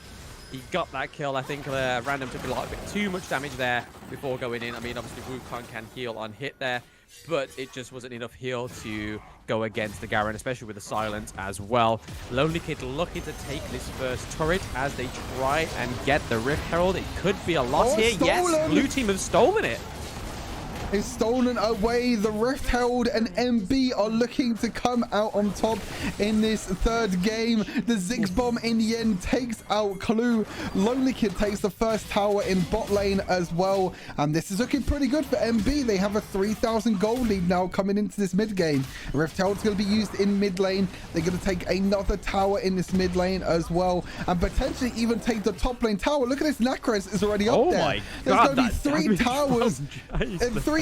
Three towers in quick succession here for MB. Accelerates the gold lead for them. Have they changed players by any chance? This is just different. That 3 consecutive towers all in a row. It's just like lining them up like glass balls and shooting them down. Jace with the demolish damage towards the end with the help of Hullbreaker as well, really took down that turret very quick in the Baron lane before they could even respond on the side of Kettens. So Kettens have got to be very careful now. The MB have exhausted the Rift Herald right now, but Kettens have got that first dragon also, so they just need to prioritize the lanes a little bit. Maybe not try and force as many 2v1s, 1v1s, or anything like that. They just need to focus, farm, and get these lanes nailed down. Yeah, I think the Kettens have a pretty good scaling comp anyway. You know, you got the Corki that's scaling up, getting a few items. You have the Fiora as well, so they have a really good, decent scaling comp here for Kettens. So even though they're behind in this early game, I still think they'll be okay with it, with that first dragon also being taken. MB done really, really well to steal away that Rift Herald, to take the advantage in terms of the kills. A 1v1 kill for Lonely Kid down in that bot lane as well means that he is now 2-0. Look at that gold lead in the Baron lane. 2,000 gold lead for Lonely Kid. He's definitely turned things around after the first 2 games. That's it. Yeah, it seems like Lonely Kid's waking up a little bit. He's like, right, okay, I need to turn on that that Giga Chad switch for the Baron lane, and he's definitely done it. It's definitely activated this time because of that 2k gold difference there in the Baron lane. But once again, it's just MB have sort of started this matchup a lot better. We were seeing a very stalemate at the beginning of it, but then those 3 consecutive towers fall. They get the 4k gold difference as well. It's going to be harder for Kettens to retreat anytime soon when it comes to these early fights now. It just comes down to now what Kettens are going to do to try and make sure this goal lead doesn't accelerate too much into MB's favor. If it does, then it's going to be really difficult for them to come back. I think they just need to slow down the game a little bit. The big thing for Kettens now is they can just play passive. There's no objectives up for a long amount of time. You've lost all your 3 outer towers. Just stay safe. Just play passive. Make sure you take these minion waves that are crashing into our towers and maybe look for a bit of a trade later on. But looks like MB just won a fight. My God, Lonely Kid. There we go. I mean, he is doing what he needs to do. He has been fed with the gold. It's that 2k difference. When you have a Garen at that advantage, it's just going to be a lot harder for the enemy team right now. Nakra is missing out on that snipe. That would have been a nice amount of damage onto Doom there, but just missing out the snipes. But yeah, Garen is definitely a force to be reckoned with right now with that gold lead in the Baron lane. My God, he has so much gold. It's absolutely insane. Nakres needs to be a little bit careful. The package does come up now. This second dragon is going to be pretty huge here on the side of Kittens. If they can steal this one away, they can look towards that 3 dragon win condition. The problem is right now they have no vision around this objective at all. They don't know what they're walking into. Random needs to be so careful. Look at the damage. Oof. Yeah, you've got to be careful with that Garen damage there. We're seeing a bit of an engage from the Olaf. Taking a bit of damage there, but Doom having to be forced out of the team fight. All that damage. Down goes the Nautilus from Ziggs as well. We're looking for another kill on the Fiora. Nice snipe there from the Jace. Jace does still have the flash. He has the ignite, but he's this forced. He's changed his mind. He's going back. He's going to go and help with that Ocean Drake. And Ocean Drake has been secured by MB. This is their first dragon for the last 3 games. Yeah, really a good play there from MB. Just using their vision control to perfection. Just saying to Kettens, like, cool, you come towards us. We have a Ziggs. We have the Garen in the front line with the Olaf. We can give this Ziggs enough space to just throw bombs, to just use it as a zoning control tool to be able to just deal enough damage and just stop Kittens from being able to do anything. You can see Doom there. He tried to jump into the fight. He was waiting to use his package. He had to use his package and his Valkyrie defensively and was not in the fight at all. He just took so much damage from the Ziggs bombs and also from the Meteor enchant from Garen. He just wasn't in the fight the whole time, and it just gives them the advantage. Definitely. It's, I mean, this could easily be the first win for MB within the series. It's definitely looking that way right now. They've got the 6k gold difference. They've only got 3 kills ahead, but it's that gold difference that's going to make all of the odds against that a win right now. I think that maybe that they're starting to question the Ziggs pick. Not the Ziggs pick, sorry, the Corki pick right now. The Ziggs pick is definitely aiding MB right now in this victory. Meteor Strike coming in there, but completely misses on the side. Oh, this game is looking pretty good for MB. This is so tense. Oh no, Doom. Oh God. Doom nearly got caught out there, had to use his flash to get away. Looks like MB are using their aggression at the moment. The Rift Herald goes down in the bot lane. I'm not too sure if this is going to crash though. Oh, it does actually crash in the end, yeah. Managing to connect that Rift Herald to the second tier turret in that dual lane just helps them get that little bit more gold. There seems to be a 1v1 here. Lonely Kid against Don, but it's just that gold difference. Garen is now fed. He is 4-0. He is literally 3k ahead of most of these lanes as well. So Lonely Kid's really put himself in a good position with this Garen pick this time around. So it's going to be hard for Kittens to try and win this one. I think this is a solidified win for MB in this match. Yeah, they played so well in this game around the objectives, around the team fight, around their vision. Vex is going to try and kill Necros here, but it's so difficult to try and kill a Jace that has Hullbreaker and even the Galio ulti that comes through as well. Yeah, win condition clearly is that Galio with the Ziggs. As soon as that switched hands, MB has definitely stacked up their plays. The gold difference, even got a dragon, got a few jungle objectives as well. I don't think the Olaf's playing as much as a key part in this. It is definitely the Ziggs and the Galio, and then also getting Lonely Kid. That lead in the Baron lane is also going to help them with this match. So yeah, it's definitely looking, it's like chat said, it's Ziggs, whoever gets Ziggs wins currently in this series, it seems. Wasn't the case in the previous series though, with Final Poggers being taking the Ziggs a few times and wasn't enough for them. But again, I think when teams pick Ziggs, every time the Ziggs gets picked, you have to think of ways to be able to get onto the Ziggs. Because if you leave the Ziggs alone, then the Ziggs will easily just be able to do as much damage as he wants, and you can't do anything about it. You know, I think Earthfrog did very, very well in the previous series. realizing that against the Ziggs, you need something that you can jump and get onto the back line, which Irelia is the perfect champion for that. Saying that, Don could be in a little bit of trouble here.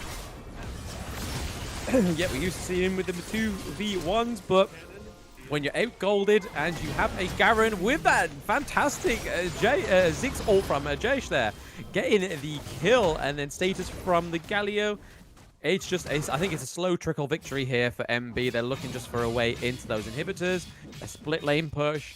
But I think as soon as they get another double kill, triple kill in the next fight, I think they'll just force this Baron Nashor fight right now. They've taken out the ward. They're going for Baron.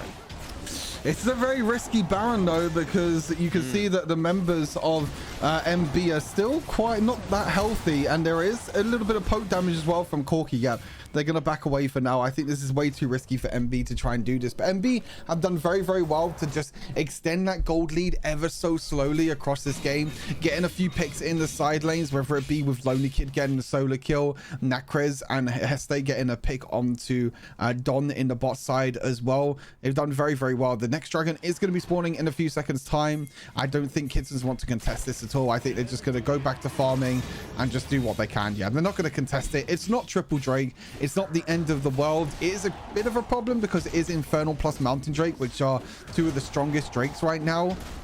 But it does mean that Kettens can get a little bit of jungle priority and a little bit of vision control around this Baron buff to make sure MB can't take it away. But a free Baron and Dragon, and oh, Don might be caught again here. Yep, we do have Random in the bush Nakrez! there. Can they get the kill? Oh, Nakrez does the status, but Random is staying in there. Fiora gets the kill, but then Lonely Kid comes in, slam dunks the Fiora. Here comes Galio, so Hest is here with the support. Yes, they managed to get a kill, but that minion wave in mid is doing some damage to that Baron lane, the mid wave's turret, sorry. Getting all confused now. It's all popping off. It's getting super heated in here as well. The fact that MB could turn this around also. But literally, commendment to MB right now. They haven't tilted. Even though it's a 2-0 victory, they are still in it to win it. Oh, it's nearly really well played by Kettens and by Random in this bot side, because they were using Don as kind of a distraction in a way, and Random was kind of waiting in the bush. They did trade 1-for-1, so it's a pretty decent trade on the side of Team Kettens. It means that they can't really, MB can't really pressure and try and take down these inhibitor towers. There is a tower that's going to be going in the hands of Random down in this bot lane, but we only have about 2 minutes left until this Elder Drake spawns. And I hate to say it, but it seems like Kettens don't really have a way to get back into this game. They have to try and find one team fight, one pick or something to get back into this game, because at the moment MB has such a huge goal lead and there's so many strong items on all their carries. It's just so difficult to do anything. As Andres is going to use his ultimate to make sure that he's not caught by any crowd control. I think that's pretty decent for him to just use that. It's going to be a bit of a trade. There's a flank as well from Lonely Kids. Yep, Lonely Kid coming around, taking a lot of damage though there. Could we see Random with the counter onto flank Lonely Kid? Can he get it? He has Cyclone, he has status, but Lonely Kid is getting out of there. They have no way back in. Olaf is down as well, and here we go. Random takes out the Garen. So it's currently a 2-0 trade. Is this what Kitten needs to turn it around? This is their 8-mile moment.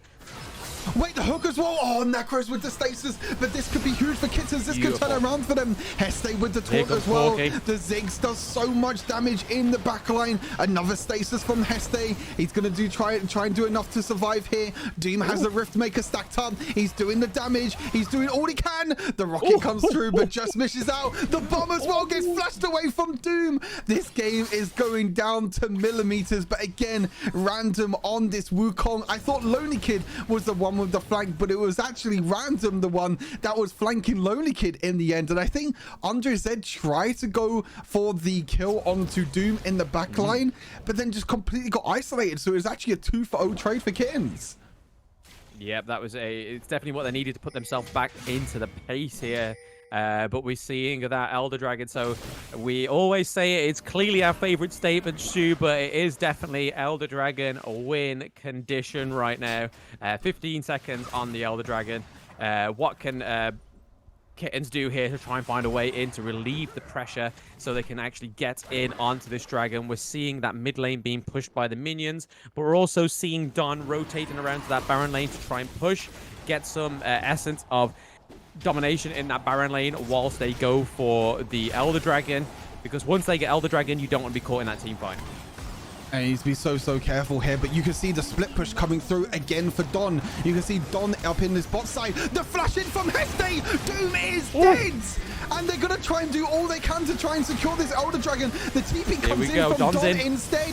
Andre Zed taken very low, though. The stasis comes through from Andre Zed. They're going on to Jash. Jash with the stasis as well. NB are doing it. They're going to take this Elder Dragon. They're potentially going to take this game. Clue tries to do all he can to steal this Elder Drake, and he's not going to be able to. The top lane inhibitor drops, but I don't think it's going to be enough. MB, look at that minion the minions wave. are pushing the base. I still don't think it's going to do enough yet. The members of MB are going to be back, but what an insane engage from Heste in the end. Completely crowd controls Doom. He couldn't use anything to survive there, and MB get a huge team fight. Definitely huge team fight. I think Don shouldn't have teleported in there. Maybe Don should have just committed to that lane, because I mean, River managed to get out alive, but Don went in there and died. They didn't really get much of a trade there. Yes, they took out Hestes there, but I mean, in this late stage right now, with the Baron, with the Elder Dragon, Hestes is the least of your problems with that Elder Dragon buff right now. It's so difficult in them situations to try and make the right decisions. You know, should Don have TP'd? Should Don have just stayed there and maybe pushed into the base? It's so difficult. These players have so much pressure right now on the back of them, especially for the side of MB. Kettens still have a few lifelines left. Even if they lose this game, they can try and do their best to try and close out the series in the next game, or maybe even the game afterwards if we go to game number 5. But Elder Dragon is now in Elder Dragon and Baron is in the hands of MB. But Don, he's actually just going to stop the wave completely in this mid lane. He actually kind of just cancels it out. He just stops the minion wave from pushing in. But look at this Baron lane wave, though. There's a huge top lane wave, but look, Don again in this bot lane. If MB can maybe finish this game, I'm not too sure. The Elder Drake damage is so strong, though. Look at that. I don't think Don's going to be able to end the game in time. It was actually Nakros that went back to the base as well. The Elder Drake, the Baron, I think is way too strong, and MB are looking to try and close out this game. Definitely, yeah. So Jace goes back there to stop that push from Fiora, and they go straight for the Nexus, and MB get their first victory in the series. So it's not going to be a solid 3-0, which we're all hoping for, which we all predicted anyway, but MB clapped back with that single match victory there. But I mean, the fact of the Ziggs, the Galio, but also unleashing the Jace for the first time today is probably the issue of the matter. The matter of the issue is that Jace and obviously Lonely Kid being fed on the Garen as well. So massive draft, but also being able to prioritize a Lonely Kid getting fed is going to be an issue for Kettens anyway. So yes, we weren't too happy about the Garen pick. We know it's a boring Baron matchup, but it clearly served the purpose for MB. Yeah, and the Ziggs verse pick as well. Look at Josh's damage. 58,000 damage on this Ziggs. I mean, Kettens didn't really have any way to get onto the Ziggs in the back line. There was not really much that they could have done in the end. It's so worrisome for the side of Kettens when it comes to this this next game. They're gonna have to try and prioritize this Ziggs pick and try and take this away from the side of MB. But look at this game, so back and forth. Another 20+ minute game. Elder Drakes, Barons, potential backdoors for Dom. Should he have stayed? Should he have TP'd? We're not going to find out if he was able to finish the game if he stayed, but one thing's for certain is we are going to get a game number 4 in this series. We've still got potentially a long way to go in this series, potentially another 2 games, but I'm really happy that MB were able to fight back and we're not able to see a 3-0 sweep. But the question is, can they do the whole reverse sweep? Can they do the whole thing and take us to potentially a game number 5? We'll have to wait and see. But for now, we're going to take a short break. I'm sure that myself and Blam need a drink. We need a break after that insane game. But when we return, it will be game number 4. So do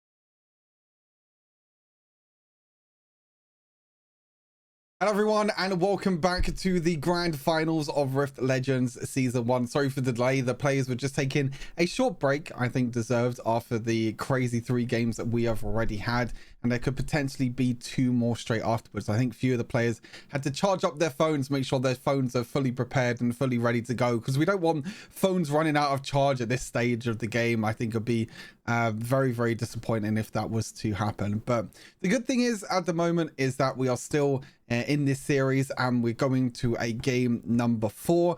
This interesting thing is that the side selection now, where Kettens have now decided to go on the blue side, and that means MB will be on the red side. So we might see a completely different draft than what we've seen in the past few games. Yeah, I mean, we've already seen the beeline for red side on the 3rd place match, and then we saw it heavily for Kettens in the first 2 matches, but then obviously they got an upset with that loss there. But kudos to MB with that victory. It was a great draft, great pick, and obviously Lonely Kid on the Garen. What we saw in the first match, it was quite a slow-paced one. Once again replicated in that 3rd one, but then we saw a massive pop-off within midway of the game, and it just went a snowball effect from there. We had little snippets where we thought Kettens may have clawed back a victory there, but then it was just a little bit too late, especially with a fed boy like Lonely Kid, and then obviously the Jace as well, and then not to underplay the Ziggs and the Galio pick. But yeah, let's see what the draft has in store for Kettens picking the blue side. Yep, I think it's going to be exciting because we're going to see a different draft potentially. We're going to be seeing different picks because of these side swaps. We have seen MB on the blue side in all 3 of the games so far. So it means that when you're on the blue side, you're potentially going to be banning away some of them stronger champions that might be picked on the red side, and the same with red side as well. You know, you're banning away some of them OP picks that could be picked first pick on the blue side. I think one big pick that we're going to have to talk about in this series in general is that Ziggs, obviously, that you were mentioning already. I think the Ziggs has been such a big priority for the side of for you know, for both these teams and for all of these teams really, to make sure that they're able to you know, be able to get the Bomberman himself and deal enough damage. Yep, so we are into the draft. They are banning the Akali once again. They don't want to see the Lonely Kid that we saw yesterday being on the Akali, and they don't want to see Nakraz play the Akali as well. So it seems like a solid first ban for Kettens there. But yeah, it's a little bit interesting. The Akali first ban is a little bit different this time around. It's no Shen, no Gragas. There's the Gragas. There we go for MB.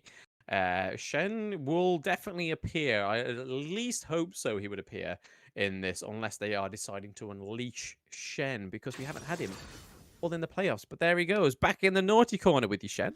Yeah, back in the ban list, unfortunately, for Shen. I mean, by far, probably the best jungler at the moment, especially in competitive. A jungler that can just AFK farm and just do whatever the hell he wants in the jungle. And then all he has to do is press one button, press the ulti, and he joins the team fight. He gives one of your carries a huge massive shield. He joins the team fight, and he just negates all the aggression that Team MB or the, you know, on the other side of Kettens could also try and stop the aggression there if they were to pick Shen. But unfortunately, Shen wouldn't be able to find his way, and there is the Ziggs ban. I was thinking, will MB ban away the Ziggs to make sure it doesn't get first picked, and it is going to be banned away. So now this makes up for an interesting first pick. The Wukong is open, the Fiora is also open, and that's going to be the first pick priority here for the side of Kettens.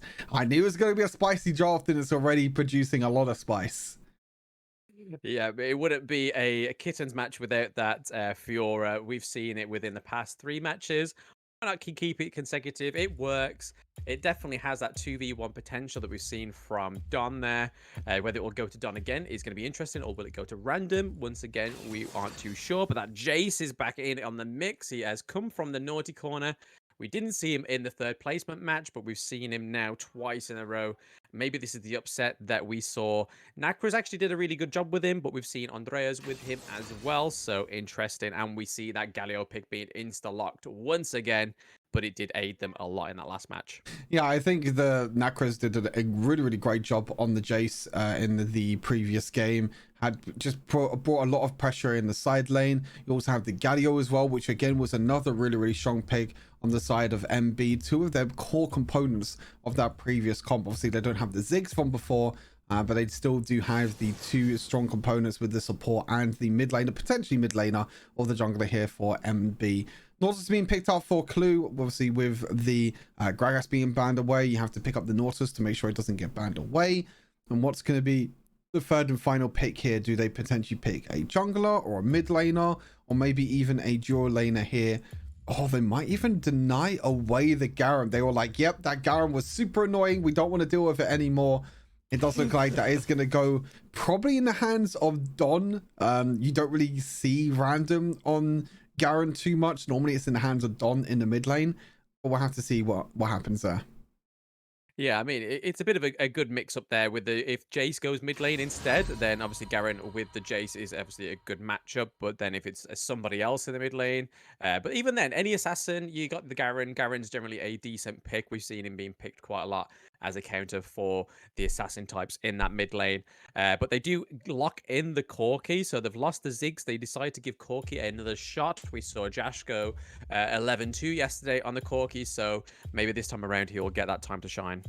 Now, unfortunately, he did lose in the game with number 2, but he's going to be trying it again. Interesting enough, they're not banning out other duo laners, though, because with Ziggs already banned and Corki taken, you would have thought that maybe they would ban out other duo lane champions, like the Seraphine, maybe, like the Karma, like even the Morgana, but they actually prioritize and ban away the Kha'Zix instead, which the junglers are going to be banned away for both these teams so far. The Nautilus could go in the jungle though for Vex. We do have to remember that Vex is a player that does play Nautilus jungle quite a lot.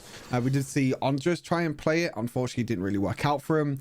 But Vex always goes for this full glass cannon, full AP Nautilus. So I'm curious to see if he's actually going to be going for that. With the Olaf being banned, it means that maybe we could be doing it, and Wukong as well. So two decent bans away from the side of Team Kittens.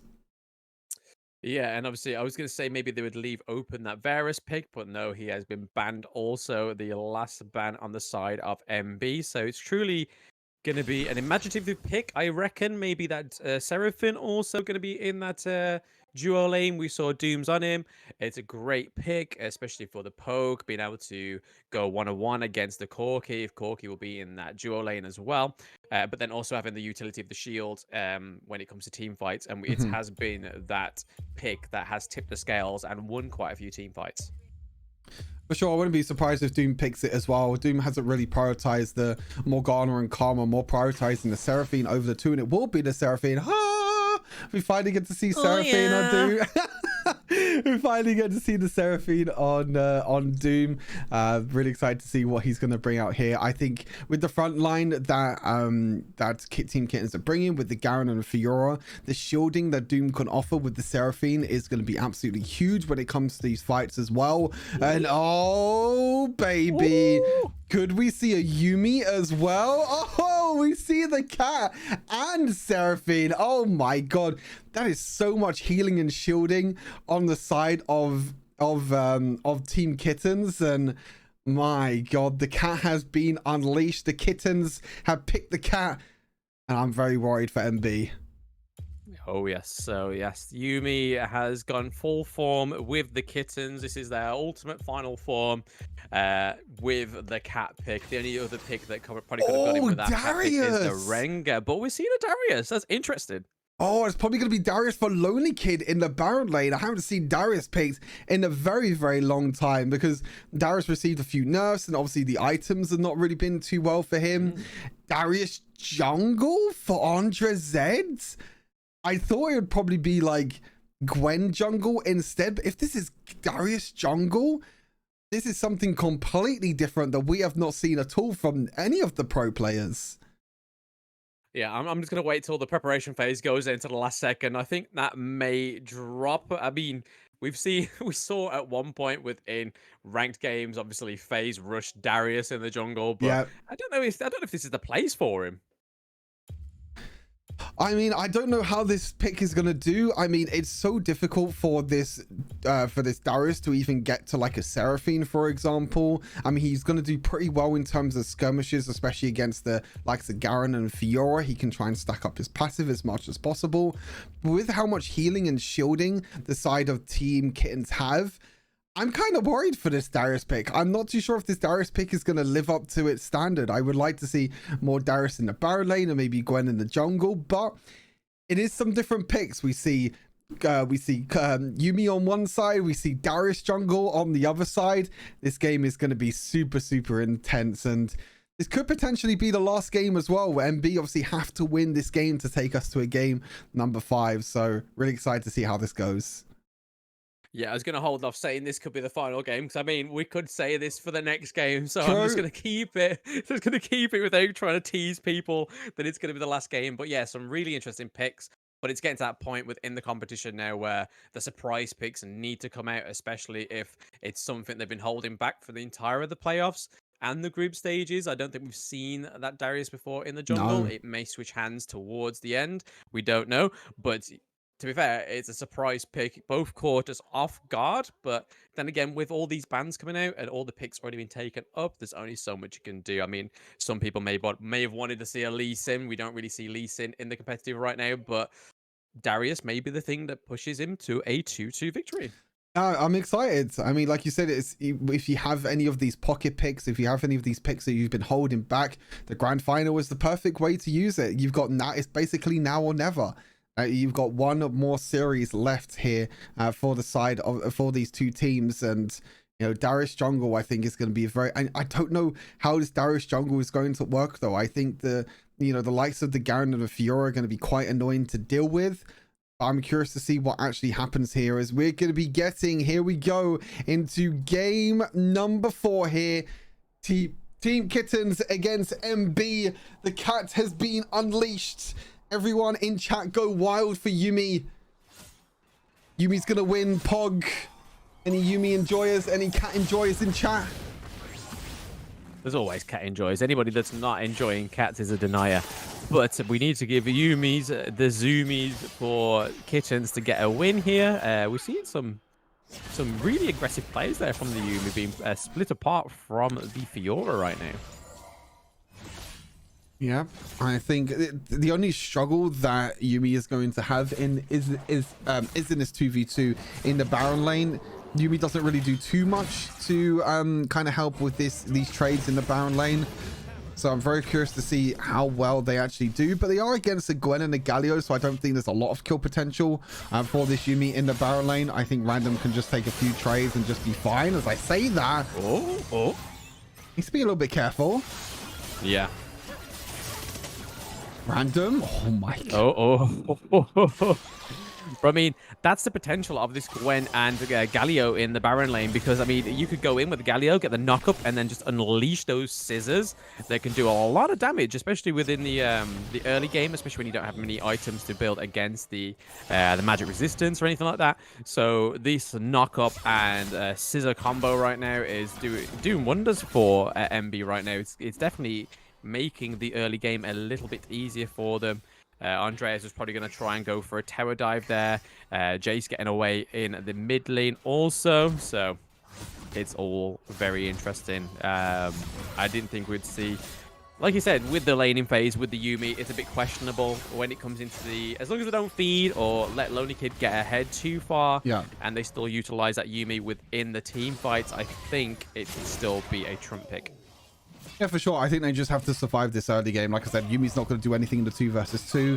Does have to be very careful, because it kind of works as like a 2 versus 1 in a way, because Yuumi isn't really a champion in the early game. You just sit on Random and just hope for the best. Saying that, Random's going to be waiting here, maybe. Oh, no, he's gone back. Random recalled a bit too early there, unfortunately. But you can see Random even took Ghost this game, which I think is very, very interesting. So not going for the combat summoner spell like the barrier or the ignite, because you already have the barrier and the ignite on Yuumi. So more going for a more utility with the ghost, trying to maybe maneuver around during these team fights, knowing that most of the time this Yuumi is going to be on the random. It's going to be on random, because there's not really any other champions you can put this on. Heste does get caught. First blood. Loved by Kettens onto Heste's there. So getting caught out there by the Nautilus and the Fiora with the Yuumi as well. And Garen was looking for a rotate round to try and support any more of a further team fight, but after getting that kill, Kettens thought, let's not be greedy, let's disengage, and let's just continue back to resetting into these lanes. That was really sneaky though from Vex. You can see what he did. He went into that tri-bush and he used the pink ward to make sure there was no vision. And Heste had no idea that Vex was sitting in that bush. Ulti comes out from the Yumi. Yep. Meow, meow. Get random there. Bit of meows in chat. Any meow enjoyers? Meow. Yeah, can you meow? Go ahead. Meow. Meow. We're going crazy. What have we been reduced to, Stu? This is what happens when we're into 4 games in. We're going crazy. It's already been a long day, but I mean, it could be an even longer day if MB wins this next game. It could be. Oh, we could be woofing like dogs in the next match if it goes ahead. Hey, if there's a Nasus picked in the next game, I wouldn't mind. No, Nasus is basically a dog. Old McDonald at a farm, but here we go. There's a bit of an engage going in from. Oh, nice. Lonely Kid getting the kill on random, and then a knock up onto Clue. Will Clue make it out alive? No. There's just too much damage to contest there, too much CC, and a nice double kill for MB in that Baron lane. Yeah, random choosing to flash forward then instead of flashing away, maybe thinking that he had enough damage there to kill off Lonely Kid. Unfortunately didn't, and he actually risked his life and also the life of his cat as well. So unfortunately himself and his cat just dies away, and that's a big 2 kills though for Lonely Kid. It's going to give him a huge goal lead. He already has 1,000 goal lead, and this Gwen is going to be a very powerful pick. And this is, like I said, was kind of the problem of the Yumi, that it doesn't really offer too much in the early game. Heste on this Galio is going to be offering a lot more with the crowd control. Yeah, definitely. And as it gets in towards the mid to late game with that global ult, it's going to be a bit of an issue as well. We're seeing Kettens go for the Rift Hole, they secure it, and then we're seeing MB go for Ocean Drake. So currently, in terms of this Darius pick, it's not really hindered them much. He has gone for the phase rush though, so as we called it in the draft, so phase rush Darius in the jungle. Here comes Galio straight back onto Lonely Kid to disengage that 3v3. Yeah, Doom and Vex had to flash away there because they have to be careful of the ultimate from Heste being able to knock everyone up. Heste looking, pushing a little bit forward there, trying to get a few towers. Don. Okay, he's just going to stay underneath the tower for now. Maybe Don Andres looks for a hook over the wall, but yeah, nothing else happens there. But look at the goal lead already in the jungle. There's already a huge goal lead in the top lane for the side of Lonely Kid. But in the jungle, Vex is doing a pretty good job so far. The ultimate comes out. Vex needs to use the ultimate here of the Nautilus. Oh, don't want to go too far under the turret there, even though you had the Fiora ultimate with the healing. I think the turret would have been a lot more punishing in that moment there, even though there's 2 of them going in onto the Gwen. So I think it was a good time to retreat from that 2v1, especially as the Galio was rotating around, because if you get caught by that taunt under that turret, you are going to be paying for it. Yeah, for sure, especially when Gwen uses Ghost as well. It's so difficult to try and catch up with the Gwen. You can see Dom's not having the best of times here in the bot lane against Nakres. Saying that, he dodges away from the Shock Blast acceleration gate. He has flash as well. He can look to flash forward. The barrier comes through. Here we go. Nakres is going to survive for now. And the barrier just comes through in time. If the barrier didn't come through there from Nakres, he was probably dead. But really smart play there from Don. Unfortunately, not going to be able to get a kill, though. Yeah, you know when you force Jace into a situation when he has to knock you back sort of thing. Whereas normally with the Jace, you can just apply that damage and just go in. But we saw Don actually get the upper hand there. We're going to see this Baron lane turret fall as well. So Doom turret goes to them. Oh, yep, Doom. A little bit too in deep there. And it's a big early game for MB. They got the first tower ready in the Baron lane. Look at that gold lead in the top lane right now. 2,000 gold lead for Lonely Kid. That big exchange in the early game. That big double kill. And Gwen nearly has 2 items at 7.5 minutes in this game. This is absolutely huge. And Random could be caught here. The dash, the taunt, the parry comes out, but I'm not too sure if it's going to be enough. Random falls and MB take it and take another kill, and they are currently sitting at a juicy 4,000 gold lead. And Twitch chat, we could be looking at potential game number 5 here in this series. Yeah, so far it's definitely it's on the cards for MB to go for another match. We're seeing a 4v2 almost taking place there, looking to take a gank onto the lane, but then decided against it. But yeah, I think Kettens just need to sort of like prioritize lane, maybe look out more for these ganks that seem to be taking place on the lanes. Know that they're not safe under these turrets. They need to find some sort of contingency in order to win back this early to mid game now. They are 4k gold difference from MB right now. They are down a turret, down a dragon. They managed to secure the Rift Herald, popped it in the mid, but didn't quite take the turret. Yeah, I mean, the big question is going to be now, what is Lonely Kid going to do with this gold lead? I really hope to see Lonely Kid in like one of these side lanes or something, trying to pressure in terms of towers, because I don't think there's anyone that can deal with Lonely Kid right now. Look at him sitting with the Nash's Tooth and the Rift Maker already. I don't think there's anyone that can deal with Lonely Kid in the side lane. Josh gets the solo kill onto Doom as well. Already has 2 items completed. The package is going to be there as well. But Kitten's already one step ahead. They're already gone for the Rift Heralds. Ooh, I thought Darius was going to steal it there with that little swing of his ability, but they are looking to try and get it there, but they went in. Did they get hit by the taunt? They did. They went back in and got hit by the taunt by the Galio, so I think that was a bit too early of a re-engage there from Kettens. Oh my god, the damage. There. Oh my god, so much damage. The poke damage from Nakres and from Jash as well, and the Corki and the Jace, and is doing so much to poke away the threats and the wave clear on the side of Team Kettens. And to be honest, these picks are not really working out so far for Kettens. Vex is trying to try and do his best to wave clear the mid, but this is kind of the problem right now. Ramsden trying to go for the 1v1 kill. I'm not too sure if you can 1v1 the Gwen. Lonely Kid actually decides to back away in the end. Maybe not feeling too confident there, but I really feel like he has such a big upper hand at the moment. Like, look at that gold lead. It's nearly a 3,000 gold lead in the Baron lane, and he still doesn't feel confident enough to try and go for that 1v1. Yeah, I mean, to be fair, he should feel confident. He's like 2 levels ahead at that current time of that engage, and obviously the gold lead as well. He has 2 items over the Fiora. I think he probably could have done that, but maybe saved himself just in case he was needed for this dragon fight, but clearly wasn't needed. And then down goes the Rift Herald, but we see Kettens take a turret, but they are still down a turret. They are now down 2 dragons. It's basically all the stars are aligning right now for MB. There is a gank here on Lonely Kid. He statuses, but then here we come with the Galio ult, and here's Phase Rush Darius. He can cover that distance as well, forcing Kettens to retreat here. Cool, I thought Lonely Kid was going to get caught out there for a second, but the stasis comes in clutch and Heste's ultimate. This is why Galio is such a strong pick in the support role, because it stopped him. And oh, Vex, they actually got the kill onto Lonely Kid in the end in bot lane. I don't know how they got a kill in bot lane.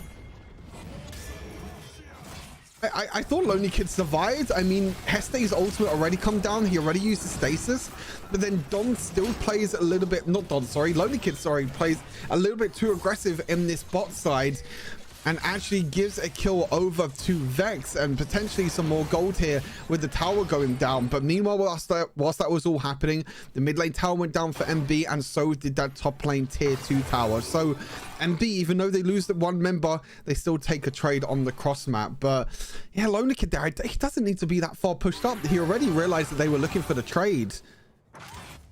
Looking for the kill.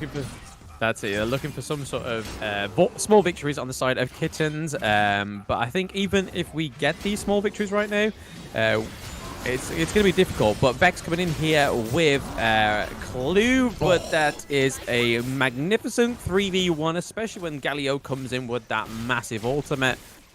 I think with this next match, Galio needs to be taken off the cards. If not, Kettens needs to go the red side and get the Galio within the first 2 picks, because it seems to be that Galio is making all the difference.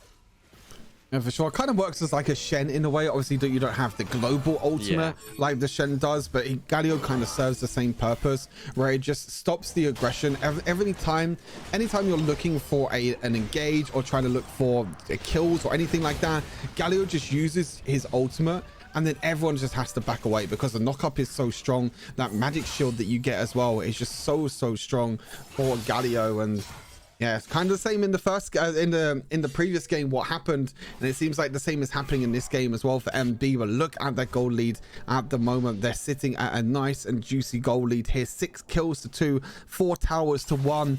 This next dragon is going to be so important here for MB. If they can secure the triple drakes here on the side of MB, we could be looking at potential game number 5. Yeah, I'm gonna call it at number 5, to be fair, because I can't see a way Kettens in here. Maybe we're looking at a bit of a case of fatigue within the best of 5 here for Kettens. It seems like MB's having a bit of a better look with the draft, the length of the games that have taken place. They are looking to go for the Baron with Vex nearby with the Yumi, but they are unaware. There's no way they get this right. I don't think the Scrying Orb gained vision. He missed the Scrying Orb. They don't know. The Baron's gone. The Baron is gone, mate.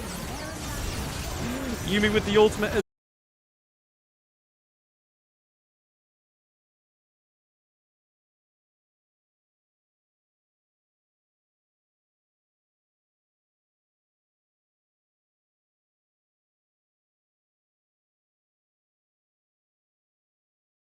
Kill here. They're chasing down the Fiora. Random looking pretty unsafe. What a drag back into the jungle. This could be game. I think we're gonna get to game number 5. The Baron lane minions are coming in. The Baron buff is up. Everyone, we're gonna get a game number 5 in the grand finals. MB take game number 4, and Silver Scrapes will be coming up shortly.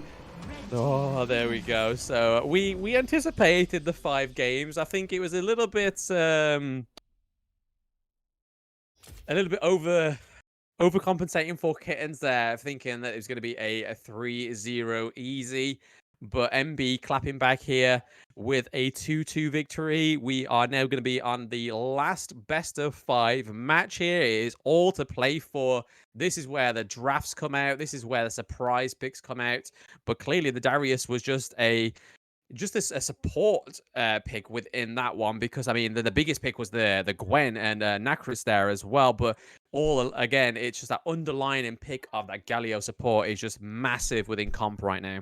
And this is the thing, is like when you come into a draft like this and when you pick champions like the Yumi, you're kind of tunnel visioned on trying to get this Fiora ahead.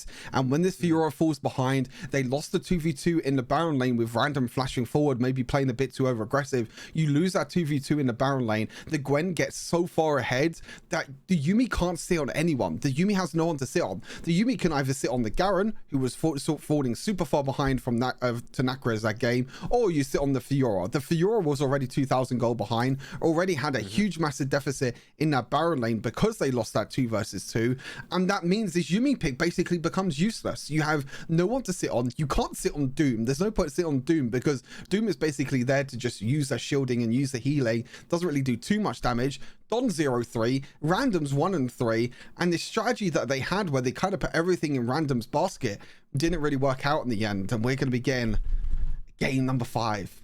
I never thought I would see this. What a spicy way to end the day. Hoo-hoo! And it is a grand final, so it may as well be the best of 5 in its entirety as well. But the thing that really peeped that towards the end, that victory, was that misfire of that vision. It was just, it really did them over.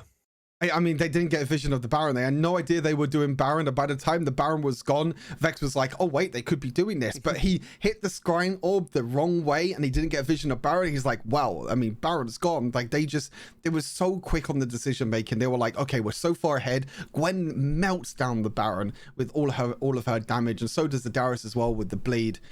But ladies and gentlemen, and we are going to be getting into game number 5 of this series. We're going to take a quick short break, but you know what's coming up during the break. We can only play one song right now during the break. It is the one and only Silver Scrapes We will be back very, very shortly for game number 5 of the Rift Legends Grand Final Season 1. You do not want to miss it. Silver Scrapes is playing. The volume is full. Get hyped, get ready. We'll be back in just a few minutes.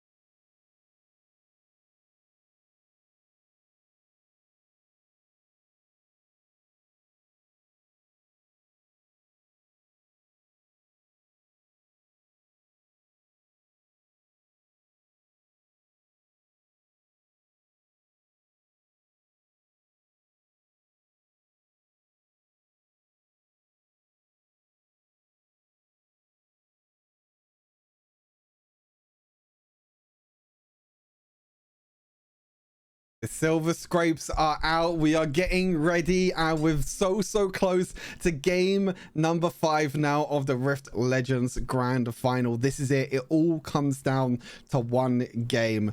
Kettens had the 2-0 advantage in this series. They potentially could have won that 4th game or the 3rd game as well with the potential backdoor of Don, but MB have done so well to come back in this series. You know, where it comes down to little outplays, where it comes down to the draft as well, everything has been perfect from MB in these previous 2 games. But they need to do it one more time to get the reverse sweep. One more time. And it just comes down to this. I mean, I don't know what more to say. It's been an absolutely crazy series. Yeah, I didn't expect anything else from the grand finale with the 2 calibers of these teams. When people were saying in the chat, Blam is having too much hopium, I was saying it's just being unbiased, but clearly it was correct. MB can have the chance of coming back, and they did. They proved themselves to bounce back with a 2-2, and now it is the final game. There is no other game after this. We can now confidently say it is the final game. It can only go either MB or Kettens, but it's all down to that draft. Let's see what happens. Yep, Kittens have decided to stay on the blue side for game number 5, and I think this draft is going to be so important. I don't think Kittens are going to go for this Yuumi strategy again. I mean, they could still do the same strategy, but I think they need to be so careful when it comes to that Baron lane, because when you're playing Yuumi, you can see already from the previous game how much they struggled in that 2 versus 2 in the Baron lane against the likes of the Gwen and the Galio, because Yuumi just doesn't offer too much in that Baron lane 2 versus 2. You just kind of a hill bot early on, but they definitely tried to bring up a different strategy, but a strategy that did not work out for them. And you got to feel like MB have the momentum now. You know, Kittens are on kind of the back foot. We could have said that Kittens could have won this series 3-0, but now MB have won 2 games in a row. I feel like Kittens have to bring out something new now. They have to try and find something to break through the momentum here that MB have.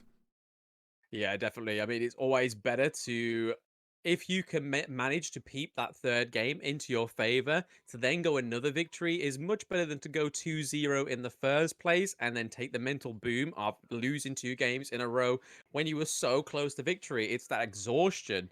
Best of 5s haven't always been the best thing for European teams as well.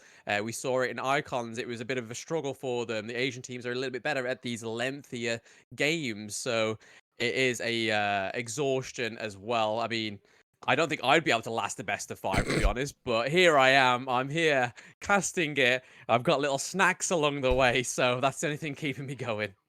Yeah, but we definitely need some fuel after this, that's for sure, to try and keep us going. Yeah, one final game will finally decide who is gonna be the champions. We're gonna start in a few seconds now with the draft phase. So looking at the draft, so you know, Kittens have not really changed too much with their draft strategy and with their bans. They kind of kept the same with the likes of the Shen and champions like that. And B have been the ones that have been adapting with their drafts ever since they've lost their first 2 games. You know, banning out the likes of the Ziggs, banning out the likes of the Wukong and champions like that. I'm curious to see if the Ziggs does get through again in the hands of Kittens. Maybe it could be a first pick, or will MB ban it away on the red side? Because even though it got banned in the previous game, I still think the priority on Ziggs is through the roof. Yeah, I mean, again, I think the Jace is also at risk of being banned here. Yes. It seems to be the lucky charm. It didn't come through in the first 2 games. As soon as he busted out in that 3rd game with the Galio pick as well, it sort of was just a downward spiral. But here we are. We're going to see it. Shen straight away with that ban. To be fair, we haven't really seen a Senna ban in the entire of the series and not been picked, which is interesting because in the groups, it was everybody gunning for that Senna. And now all of a sudden, it's sort of, even though she's not been banned, she's not been picked. And there we go. Yone being banned on the side of MB. Let's see if we can get some other bans in here, like the Galio, because obviously Kettens being on the blue side, they're only going to get the first pick once, whereas on the red side, they do get the first 2 picks where they could take a great solid pick, like the Ziggs or anything else, like the Jace, and then also take the Galio as well. I'm curious here. I mean, the bans have stayed the exact same again for Kittens. The Ziggs does get banned away, so that's not going to be a first pick priority here for the side of Kittens. The first pick in the previous game was that Fiora, and they did try and funnel everything into that Fiora with the Yuumi pick. I wouldn't be surprised if the Fiora does get first picked again, but they just don't go for the same strategy of going for this Yuumi pick, because I don't think it really worked out for them. Maybe it was a little bit of misplay from Random in the end as well. I think it was a little bit difficult for Random in the end. The Galio actually gets banned. That's a huge ban. You feel like, you know, you were kind of talking about in the previous game, Blam, that Galio has been such a big pick for MB in these previous 2 games, and Kittens realized the same thing as well, and they take that off the cards. Yeah, the only issue is now, obviously, there's a lot for this last 3rd ban to ride on. You've got Camille that needs to be banned. You've got Jace as well. Gragas was going to be my next point of view, because they can now pick these 2. I thought it was going to be the Gragas, but they banned it themselves, and they've locked in the Camille. So Camille's coming out for the first time in this series. Yeah, it's not banned away. It's definitely a first pick priority. It's such a strong pick. It offers way too much. Random's one of Random's best champions as well. Also, Kittens have played Camille in the mid lane, so is that bit of a flexible pick here. I think there's no surprise that the Camille gets picked up here as the first pick. The question is, what is the response? When you go for the Jace again, do you pick up the Nautilus as well? Even though Heste has not performed very well on the Nautilus, no, they go for the Corki. Interesting. So Josh feels confident on this Corki pick. Did have a very, very good previous game, and Nakrez also had a really good last game on this Jace pick. But with the likes of the Galio and the Gragas being banned away, I would expect the priority of Nautilus to go through the roof, but maybe they're just baiting Clue to pick the Nautilus, and maybe Heste has a response for it. Maybe something like that set could be a response to the Nautilus. Yeah, I was going to either say either the set or the Rakan, because we've seen Hestes play a mean Rakan as well as the set from the last playoffs day. But yeah, they seem to lock in the Nautilus on the side of Kittens. Whether they'll go for Vex in the jungle with Nautilus again is a little bit something to be seen, but we see Lucian come into play this time around, so interesting. Lucian on Doom. Is it Doom's Lucian? I don't think it will be. I don't think we're going to get an ADC bot lane. Yeah, nice hover of the Jinx. Nice memes. Gwen is going to be the pickup in the end, though. So three really strong picks that MB were able to win with in the previous game. Lucian's an interesting one. I'm not too sure if this is going to be Lucian bot lane for Doom, or it could be Lucian in the mid lane for Don. We'll have to see where that kind of ends up being. Obviously, this Nautilus is a flex pick, can go in hands of Vex, but Vex didn't really have any impact on the Nautilus in the previous game. It's pretty much like just running around, it's just an anchor man just running around, just doing absolutely nothing.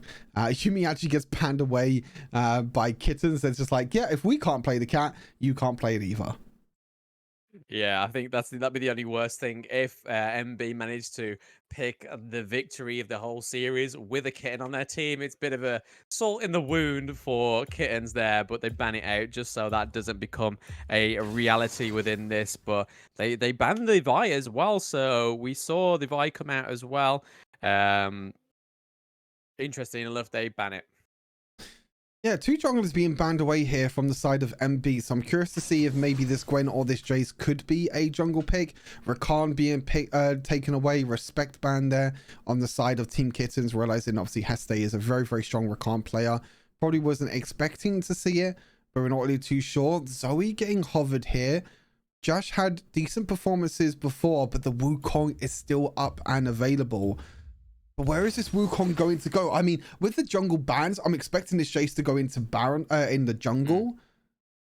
Yeah. Which maybe makes me feel like, I mean, maybe Wukong could go into Baron jungle as well. There's so much flexibility. I mean, if they stay with what they did before, then it'd be Jace mid, Gwen top lane, and then Wukong will be in the jungle for Andres Ed, which is still a very, very strong pick. We'll have to see what Kittens are going to finalize their composition with. Ooh, his team's going to bring out his looks that he's not brought out since group stage. A very interesting pickup here. I mean, Lux is not really that big of a priority over some of the other mages, like the Karma, like the Seraphine as well. It's a champion that if you can land your abilities, then yeah, you're great. You know, you're fantastic, and you can do a lot of burst damage.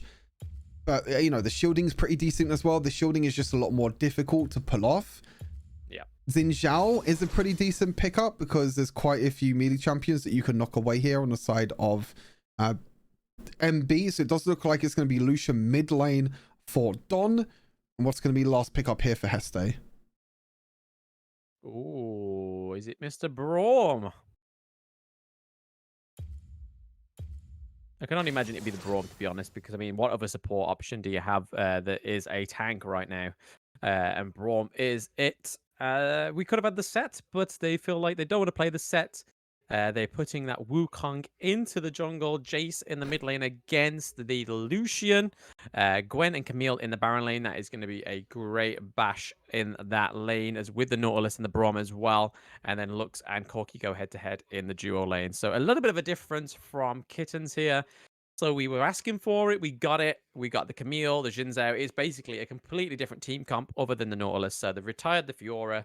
They are going for one of these champs.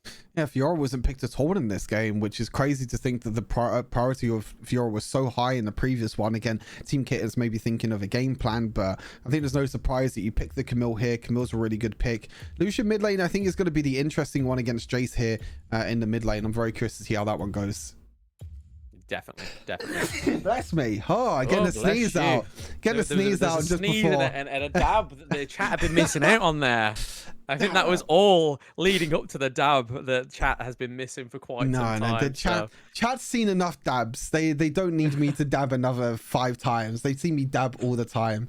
It was just a preemptive sneeze for our 5th and final game. But I mean, what a series this has been. This has been everything that I think a lot of people watching have been dreaming about for this best of 5 for Europe. And there's so many people watching right now as well. We appreciate you all watching and supporting Wild Rift Esports in Europe. Obviously, there is going to be multiple seasons as well this year, so there's going to be a lot that these teams are going to be fighting for over the course of the year. But for now, they're going to be fighting for one more game in this series. MB versus Team Kettens. Only one team can be crowned the champions of Rift Legends Season 1. But what team will it be? Yep, it is all riding on this last match. This is, to the definition, the last match, even though we've been saying it for the past 2 matches. This is going to be the last match. But this has to be and is definitely the last match within the series, and who's going to just peep out on top. The team comp on MB side is looking pretty solid, to be honest. We saw Lonely Kid dominate on that Gwen. As long as Gwen's not fed straight away, we've seen that double kill on Gwen. But I mean, it's easy to get a double kill in that Baron lane when your support is the Yuumi, especially once you're the person you are latching on to dies. You then just literally become a walk-in target, a free kill. But now we're seeing the Nautilus with the Camille. It's going to be an interesting play style with this one, with the Braum and the Gwen as well. I have to say that definitely Team Kettens do have an advantage in this Baron lane. Braum doesn't really offer too much in the 2 versus 2 unless you can get the stacks on. You know, Gwen is not really a great early game champion, and you have the insane poke damage from the Camille and also the crowd control from the Nautilus. So they definitely do have this priority this time around in the Baron lane. Again, not going for the Yuumi, which I think is really, really smart. Vex actually looking for a cheeky little invade with this priority that they have in top side. Actually forces Andra Z away from the red buff, and this is the early game priority that Kettens have. They're even looking onto Andres. Clue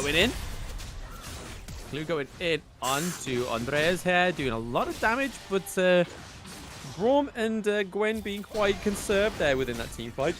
Yeah, I mean, you have the priority from Kettens in all 3 lanes, but look at this, Nacris is going to be here as well. We're going to get a fight at the red buff. There we go, fight for red buff. This is the way we want the finals, the grand finals to finish. Is all to the wall. Jash is very here. Aggressive. Jash is here, gets first blood onto Jinzhou. He may have got the red buff, but now it goes back to them. We get a kill from Nacris as well, so it's a 2-0 up already. And we could see another one fall, but Lucian just manages to get out with very little health once again. But that's... if you're going to go full throttle, you're going to have to mean it. You're going to have to find a way out of there. But fortunately for the Jinzhou and the Nautilus, they both got caught there.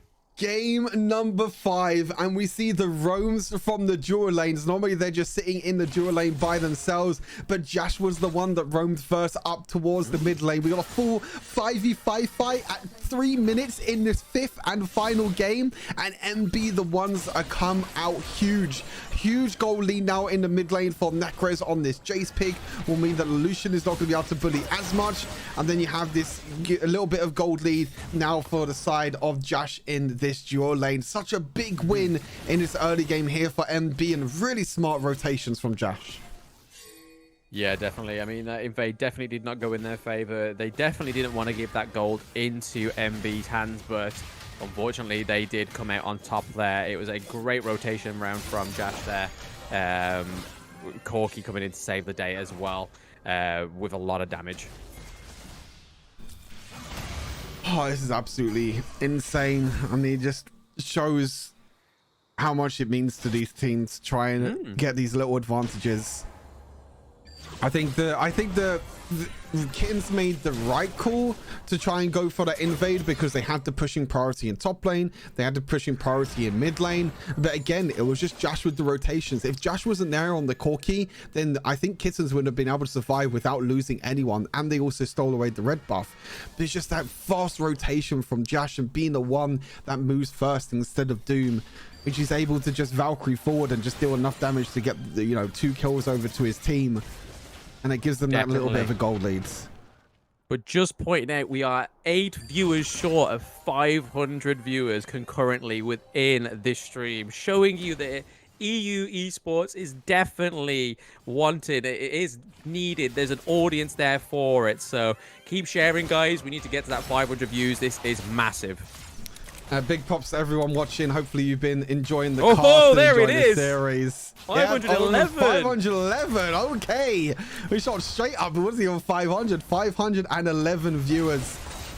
There we go. If Rally you're watching right now, this is what the people want. The people want Wild Rift esports in Europe. They want it, baby. There we go. So jungle objectives both up now. We're seeing Nakriz put a bit of vision there towards the Infernal Dragon, thinking that Kittens are going to go straight for it. It looks like they're going to prioritize the Rift Herald. This is great for split pushes as well. They did it very well in that first match. Well, last match, sorry.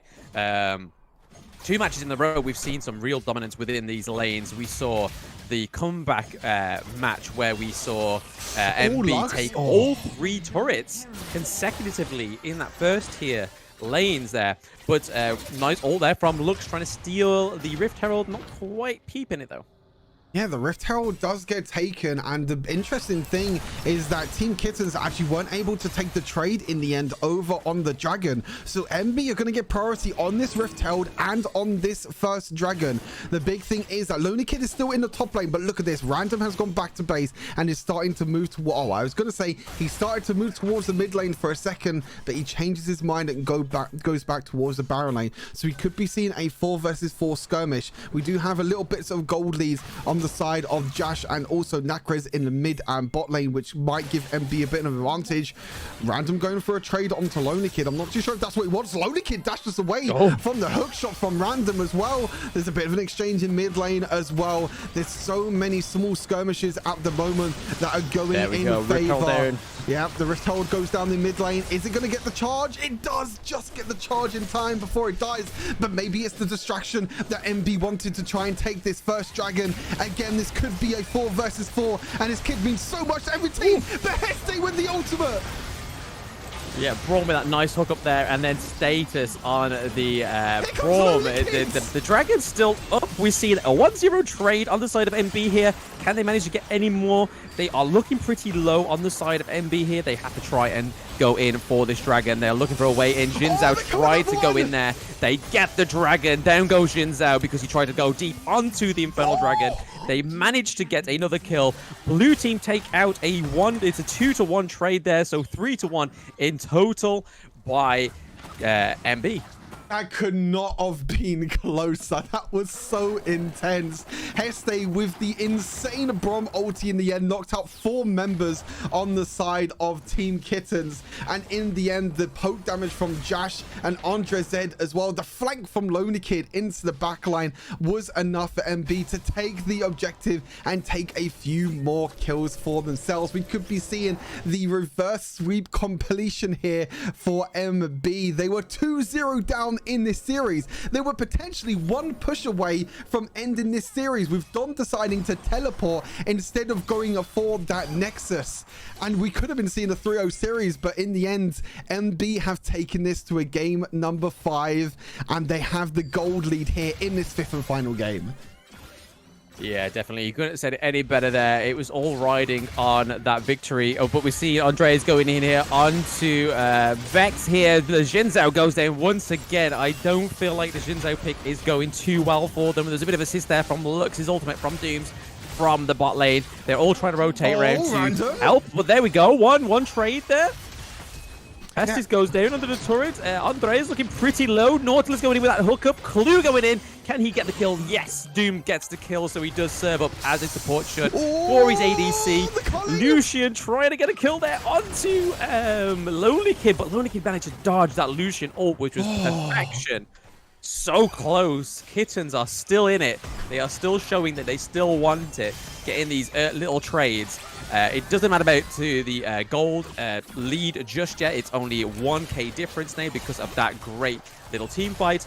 But we're still seeing Don looking for a way in on Lonely Kid. He definitely has some sort of vengeance there for Lonely Kid kill. Oh, Random needs to be careful though. He's going to walk up to his tower. He is quite low on health. Lonely Kid does have the ultimate as well. Heste could land his Q here. No, he's going to miss it, unfortunately. So the stacks of the concussive blows are not going to come out just yet on the side of MB. The second Rift Herald spawns. The package is here for Jash. MB were a little bit too over-aggressive in that top lane dive, and Random was able to get a trade kill for himself. But look at this. Oh, the binding just misses. Andre Zed was so close to getting caught out there, but he just dodges away from the binding. And that does mean that they get priority over this Rift Herald. And the first tower even goes down in the hands of MB as well. They have full control over this Rift Herald. Jash is a little bit isolated though on the sideline. Yeah, he packages in over there just to try and get into help. Oh, they steal it! There we go. It took him 3 attempts, but Doom steals the Rift Herald, so that is a bit of a sore wound there for MB. They drop it in the mid, a little bit too far from mid lane there, so he's getting a bit of time to rotate and connect, giving MB a time to rotate around, but they do get enough damage to take out that inhibitor. Lonely Kid trying to come in with a flank, but Random chasing them away here. So we still get a trade on the turret. So we lose it in the Baron, we get it in the mid. And as we always say, a mid turret is sometimes always better than a side lane. This series has absolutely everything. Oh, the Lux ulti comes through. The Brom ulti can't defend the Lux ulti. And Heste is going to get caught out. Andres in flank dashes in for some reason.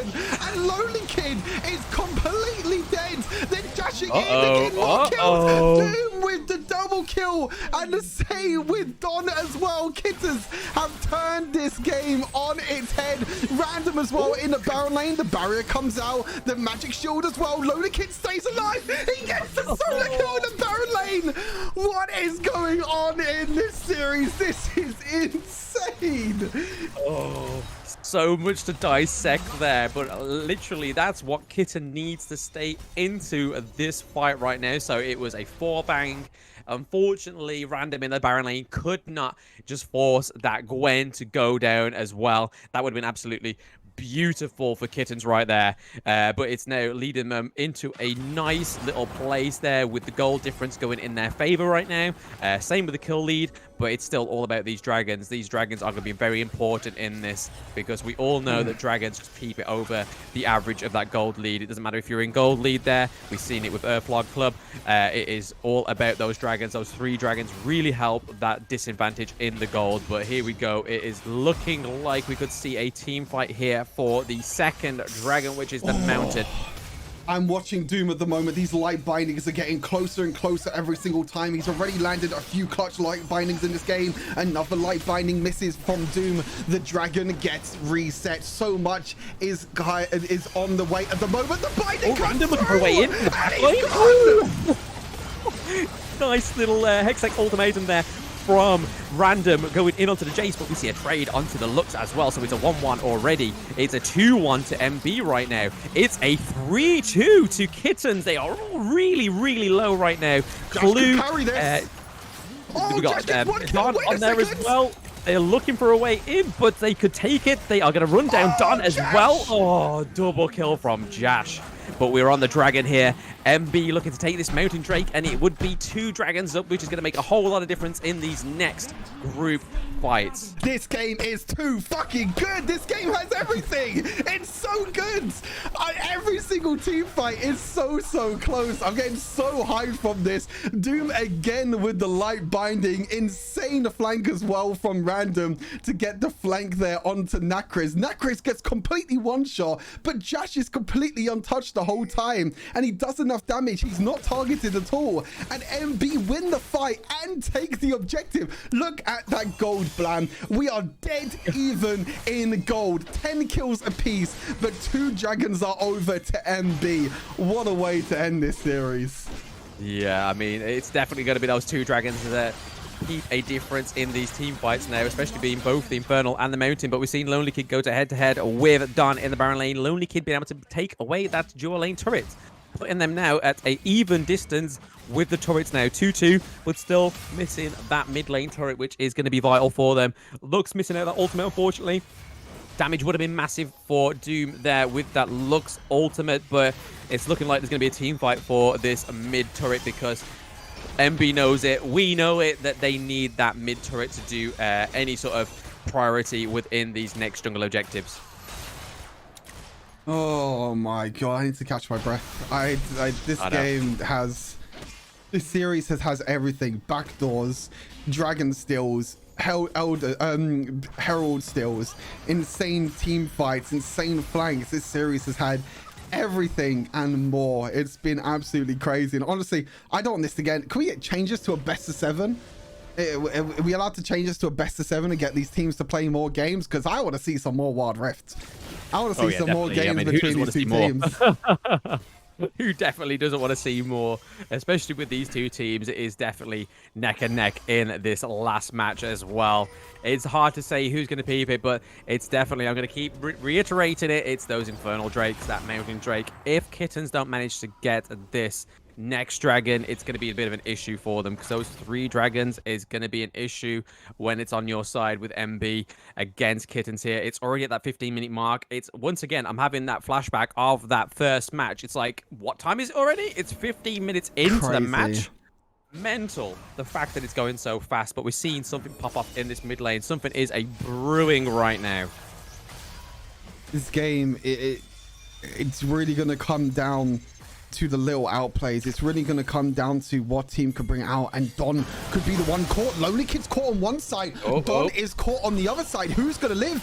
Who's going to survive? Lonely Kid, he actually dashes forward. He takes the ultimate from Nautilus, but what's happening in the top lane? Don is 2 versus 1 in the top lane right now. He's trying his best. He goes down. MB takes the advantage, and they're even winning the bot lane fight as well. 4 versus 3 in the bot lane. 2 kills over to MB. They're pinging towards the Baron. Could this be the play here? Vex is still up with the smite. Oh my god, Doom MB. Still, with the, still has the ult, so if the smite misses, the ult could steal the Baron if they decide to go for it, but I think they are going to go for the Baron. I thought they was going to go for the mid lane turret, but then we see Doom use the ultimate already to do some damage, which was probably going to just act as vision onto the Baron. We see Jinzhou, we see Camille and Lux all here. Can they steal it? They're trying to keep it away from them. There we go, not back from the Jinzhou, but he's being chased down by 3v1. There goes the smite. It is pretty much a secured Baron Nashor here. We see Camille get a little kill on Jash there, but it's not going to be enough. Doom is on the run back into that mid lane, but this is a perfect opportunity for MB to run down this mid lane. They still stopped the Baron. That was the main reason of why they were going for that little skirmish. They stopped the Baron Nashor. That's the big thing now for Kittens. The big thing is, though, is that this next dragon is spawning in about 25 seconds time. Vex is spawning in 25 seconds. He needs to change to teleport and potentially look towards this dragon, or maybe MB do not want to start it when it first spawns. If MB can take this triple dragon, that can be the little nudge that they need to get over this series and reverse sweep Kittens. You can take Ricks away from these players, from Doom, Clume and Random, but you can't take them away from being cast a curse and not performing in these grand finals. This is absolutely insane how close this is going to come down to. Vex doesn't need to buy teleport in the end. He does just take away the red buff, and now is going to give it over to Don. And it all comes down to this Drake. I mean, this Drake is so important for both of these 2 teams. Super important Ocean Drake here, but we're seeing all the teams gather around because they all realize how important this last dragon matchup is now. Lonely Kid looking for a way in. looking to try Huge and Hesse do some ulti. damage here. Here we go. Here we go. Andreas here, straight onto the team fight with the This is knockups, dead. with the cyclones. There's so much going on. There we go. Shinzo goes down, so there is no smite on the side of Kittens. Wukong taking out the Camille as well, so it is currently a 2-0 trade right now. All of MB right now looking pretty healthy, Doom. other than the...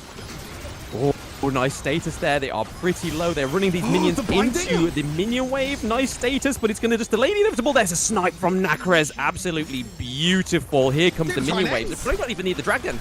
They don't need the dragon. They're going to try and end the game right now. They could reverse sweep, but MB have done it from 2-0 down. Don needs to pull off an absolute miracle in Tranquil away. No, it's not going to happen. It's not going to happen. There we go. Team They wide. reverse swept Kittens. What edit? Oh my god. My brain. My Oh brain. my god. What the hell did we just watch? I'm telling you. I'm saying it. Who did the poll put in predictions to win? Kittens. Who lost? Kittens.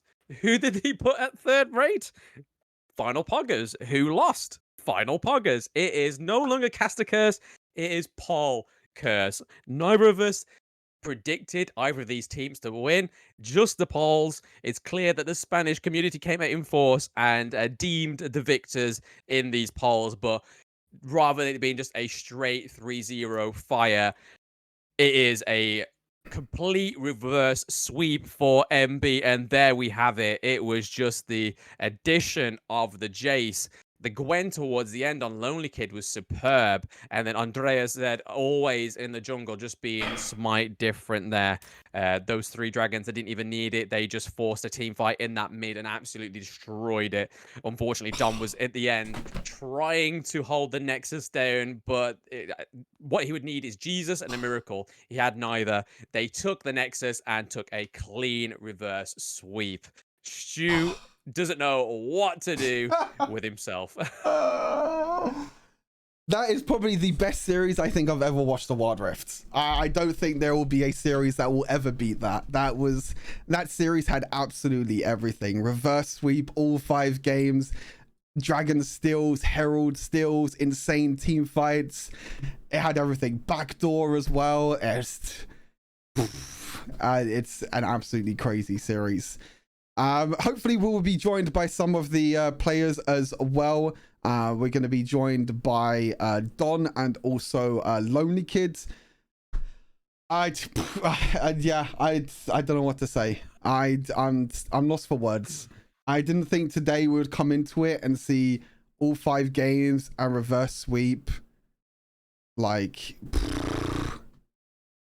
I have no idea at all. I mean, I expected the 5 games, but I thought it was going to be a bit more back and back, like 1-1, 2-2, and then the final. But no, the fact that it was a reverse sweep for MB was just phenomenal. But like you were saying, you can separate the players from the Ricks, but just not the Casticers. But this time, I'm going to say it's a new victim of Paul Curse there. Yep, hopefully we'll be joined by Don very soon. Hopefully if the team can move him up into the chat, hopefully we'll get a word with Don and see how he's feeling after that game. Obviously he's going to be, I mean, the whole of Kittens are going to be completely destroyed after that series. That was from the very brink of winning the game, winning the series, to losing the whole set. I just have no words to say. It's absolutely insane. Yeah, I mean, for the viewers, for the casters, it's an absolute godsend to see a whole best of 5 played out in its entirety. But for the teams, for the loser, it's definitely a gutting one. But I mean, there's so much to learn from that. Yeah, for sure. Don, commiserations, my friends. I don't even, I mean, this is like the most simple question to ask Don, but what's going through your head? What's happening right now? How's the team and yourself feeling? Yo, can you hear me? Yes, loud and clear, my friends. Yo, what's up, guys? Good evening. Ciao. Did you like the games, first of all? Absolutely. Couldn't put on a better performance. It was okay. That's the most important part. If you enjoyed the games, then I am happy. Well, you ask me what is going on in my mind. Well, nothing. I mean, I would say like great performance from MB. Like, good job, guys. They played very well. And I honestly, like, I personally enjoyed this series. It was very good. And I also, like, have those flashbacks from WRC, Yep. Yeah, so, I mean, overall, it was fine. I mean, happens, guys. Reverse sweep kind of hits hard, but we keep on smiling because there is always a winner and loser. Of course, of course. Just need to keep up your, keep up the mood and everything. Can't put it any simpler. But what do you feel went well within that entire series? Was it the plays? Was it the shot calling? The draft? What do you think went well for yourself, and what went? What could have gone better? Well, I think draft-wise, maybe a couple of things, but overall it was totally fine. I would say it's mainly about the gameplay. I mean, we won them 2-0 in the beginning, and the third game, I honestly think it's my bad that I TP'd on Fiora. I could honestly end, like if my team just buys time and, cancels the bug. But I was like, should I join this team fight? Because I set up a huge wave, like if you rewatch the game, you can see that my bot wave was humongous, literally. Like if I stayed there, I think game would be won. But I take all that thing like on my responsibility. But I think I just got a bit hyped, Like I just saw the team fight and was like, Drake is 5k HP. And like, should we fight? Should we not fight? And I just TP'd because the fight like broke out. I joined. Unfortunately, the team fight went kinda bad. We died. They got Elder, I believe. And when we tried to stall the game, I went for the proxy, but they still ended. Happens. And the later games, just I don't know, maybe a bit of mental down, but yeah. Yeah, I think it's a little bit difficult because in them situations you have to make a decision in a matter of seconds. Like you can't be thinking about, oh, can I end? Can I join the team fight? It's sometimes the situations that I think a lot of people don't realize, like how much pressure you guys have in terms of trying to make the right decisions all the time. Like sometimes mistakes like that can happen. I mean, we'll never know if you're able to end the game or not, in that backdoor race. But you did run backdoor one game though on the Gwen, which was kind of hype as well. That moves. You know what happened? It's like it was me who called it. I saw the team fight. We're winning, but and then it's kind of even. And I see that my teammates can buy time, and I'm like instantly, I'm going mid, guys. Just stop them at any cost. I'm just gonna end it. And then somehow I'm taking enemy Nexus, and MB is like, what happened? Oh, we lost. Oh. But yeah. Well, just a quick thing from me, Don. Obviously, like you yourself and the whole team are quite big names in Europe and everything. I'm not too sure if you've had good discussions or any of you have had discussions about season 2 and what the plans are ahead for you. Obviously, you stream a lot as well. You have a big community behind you. What would you say are like the plans going forward for yourself and the team for like season 2 in the near future? Well, honestly, we didn't talk about it yet, but the goal is the same. I mean, hope the next time we're not gonna kind of choke in the finals. You join the Rix members. Rix are known for choking in finals, and then you just joined them. It's like you joined the choke finals. Like, probably, bro. We're gonna work. We're gonna work on it. No, of course. I'm sure there's a lot to work on. We're looking forward to the season 2, and I hope, like, I don't know, maybe prize pool gets bigger. Maybe I don't know. Maybe Rift Legends gets to stream on the main Wild Rift Esports channel. Just put it there, bro. Like, then maybe I don't know. EU will rise again, or West in general. Mm-hmm. Any last questions, Definitely the dream. Definitely the dream. But no, like I say, with the TP back to the Dragons, it was either try and finish, but like Stu says, in those situations, it's hard to call if you should finish or not. But at least you went down like a band of brothers in the end of that one. And that's got to be something, just to know that you lost together, had fun, and obviously the experience within the tournament hopefully has been a positive one. But thank you very much for the complete best of 5 and finish off the grand final the best way possible. Thank you, Don. Appreciate it. Thank you for casting. Thanks for the fans and for those who type a lot of stuff in the chat. You guys are amazing. Amazing. Okay, guys. See you. Bye-bye. See you later, Don. Take care. Don always bring it out, but Don is going to be left, and I believe we're going to be joined by the whole team, maybe, of MB. I'm not too sure. We're joined at the moment by Josh and Andres Ed. Guys, what are your emotions right now? What the hell was that series? I mean, it was crazy, to be honest. Like 2-0 behind, and then we still managed to come back somehow. I mean, it was crazy feelings. Like after 2-0, like we kind of, I don't want to say we gave up, but it was like mixed feelings. And then after we won like the third game, we kind of got like motivation again, and we felt like we can win. And then everything changed kind of, so it's kind of crazy. Not gonna lie. I mean, you said briefly there, like, what was your feelings going into, like, game number 3, where it's like all your backs are against the wall, you lost the previous 2 games, you could potentially be 3-0'd in the final. What was going through your head, like, in that third game? I mean, yeah, to be honest, like, losing 3-0 would be a disaster. It's not the best feeling. So we had, like, some pressure. I mean, especially me, I think. I think Andre and my team were kind of cool. I mean, we still knew we can win against them, because I think the first game, we were ahead in the early game. So, I mean, why not again? And then we kind of managed to win somehow. And I think we had 6-0, and 6 is OP as fuck. Yep, true. Yeah, but I mean, you said that you were pretty down going into that third match, but it definitely did not reflect in the plays. That third match was definitely one of the pinnacles of the turnaround. It was fantastic. So, to be fair, considering you say you were down in that third one as a team, it definitely did not reflect. So, that was a fair play for the integrity of the players and how well you performed. So, it's fantastic, to be fair. I appreciate it. Thanks. Andres, coming to you. Obviously, I want to talk about the Darius pick. Is this something that you had planned all along, or was it a pick that you were just like, you know what, screw it, in the heat of the moment, you just pick it and you just hope for the best? Like, did you have it planned, or was it just in the heat of the moment? I'm used to play Darius in jungle, especially in my ranked games. It's not a pick that's like really strong in competitive. But since a lot of strong junglers were banned, it like fit in the draft, so we just went for it.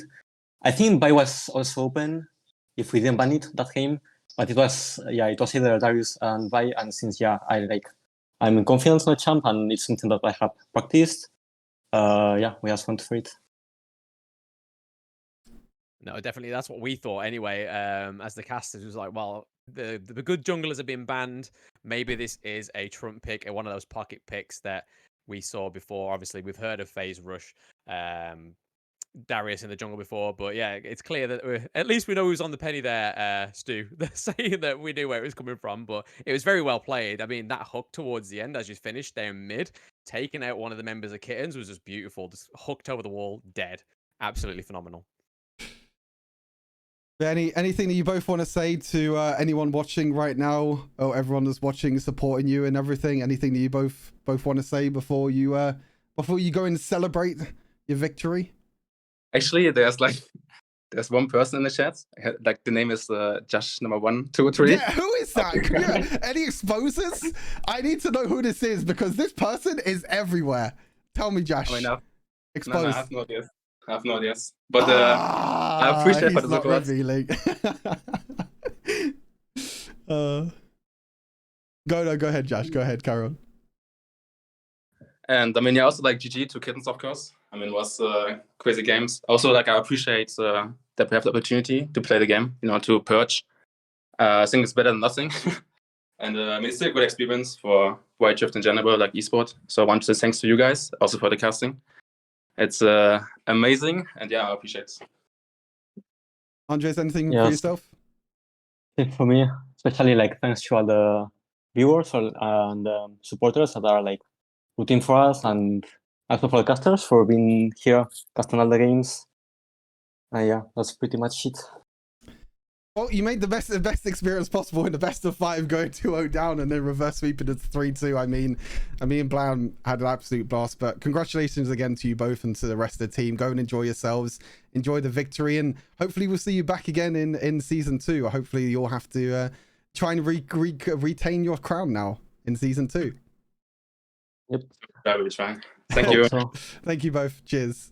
Thank you, guys. Thank you. Goodbye. Bye-bye. And that will do it.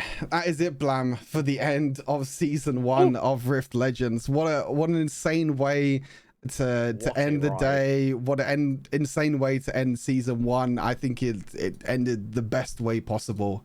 Is there anything you want to say to anyone, or say anything before we end the stream? Thanks to everybody that managed to come by. I mean, the fact that we peaked over like 500 views, getting close. I think we got to about like 580 towards the end, which is absolutely phenomenal when we compared it to obviously Wild Rift Esports as the WRL as well. So there is an audience there. We just need to keep at it, keep supporting the EMEA scene with whatever comes next with season 2, with whatever any other Western organization like Jamco do as well in the North America. I know the time zones are a little bit different, but all that support definitely does go far in this. And just thanks again for the amazing opportunity to be able to cast the finals and semi-finals. It's the milestone of my casting career so far is doing this. So thank you very much, Purge. Much appreciated. And it's been an absolute pleasure casting alongside you, Stu. Yeah, you smashed it, Bam. It was really fun to cast alongside you. I mean, like I said, we got some insane series over the last few days. Hopefully season 2 will bring the same sort of action as well, hopefully with some more exciting teams, with some more new exciting players. And that's the thing with these sort of tournaments, because they are open tournaments, anyone can join. So if you're sitting in the chat right now thinking, oh, I want to try and get a team, I want to try and join, make sure you join the Wild Rift EMEA Esports Discord, join in, chat with some people, try and get a team together, and maybe we'll see you and maybe we'll be casting you in season 2. But yeah, thanks to everyone watching, thanks to all my community as always for being so supportive. Thanks very much to Purge, thanks to all, not only the people behind the scenes, but all the tournament admins, the observers as well, everyone that helped us put this all together. It was really, really nice to be able to cast Wild Rift again, especially this insane best of 5 series. But that will do it. Unfortunately, that is the end of season 1, but we're not too far away from season 2 of Rift Legends. It only is just around the corner. Make sure you follow Purge Tournament on social media for all the announcements and all the details for Rift Legends season 2. Hopefully myself and Blam will see you all then in the finals of the players. But for now, take care of yourselves, have a good rest of the day, enjoyed Wild Rift, and we'll see you all soon. Sign off with a dab. Dab.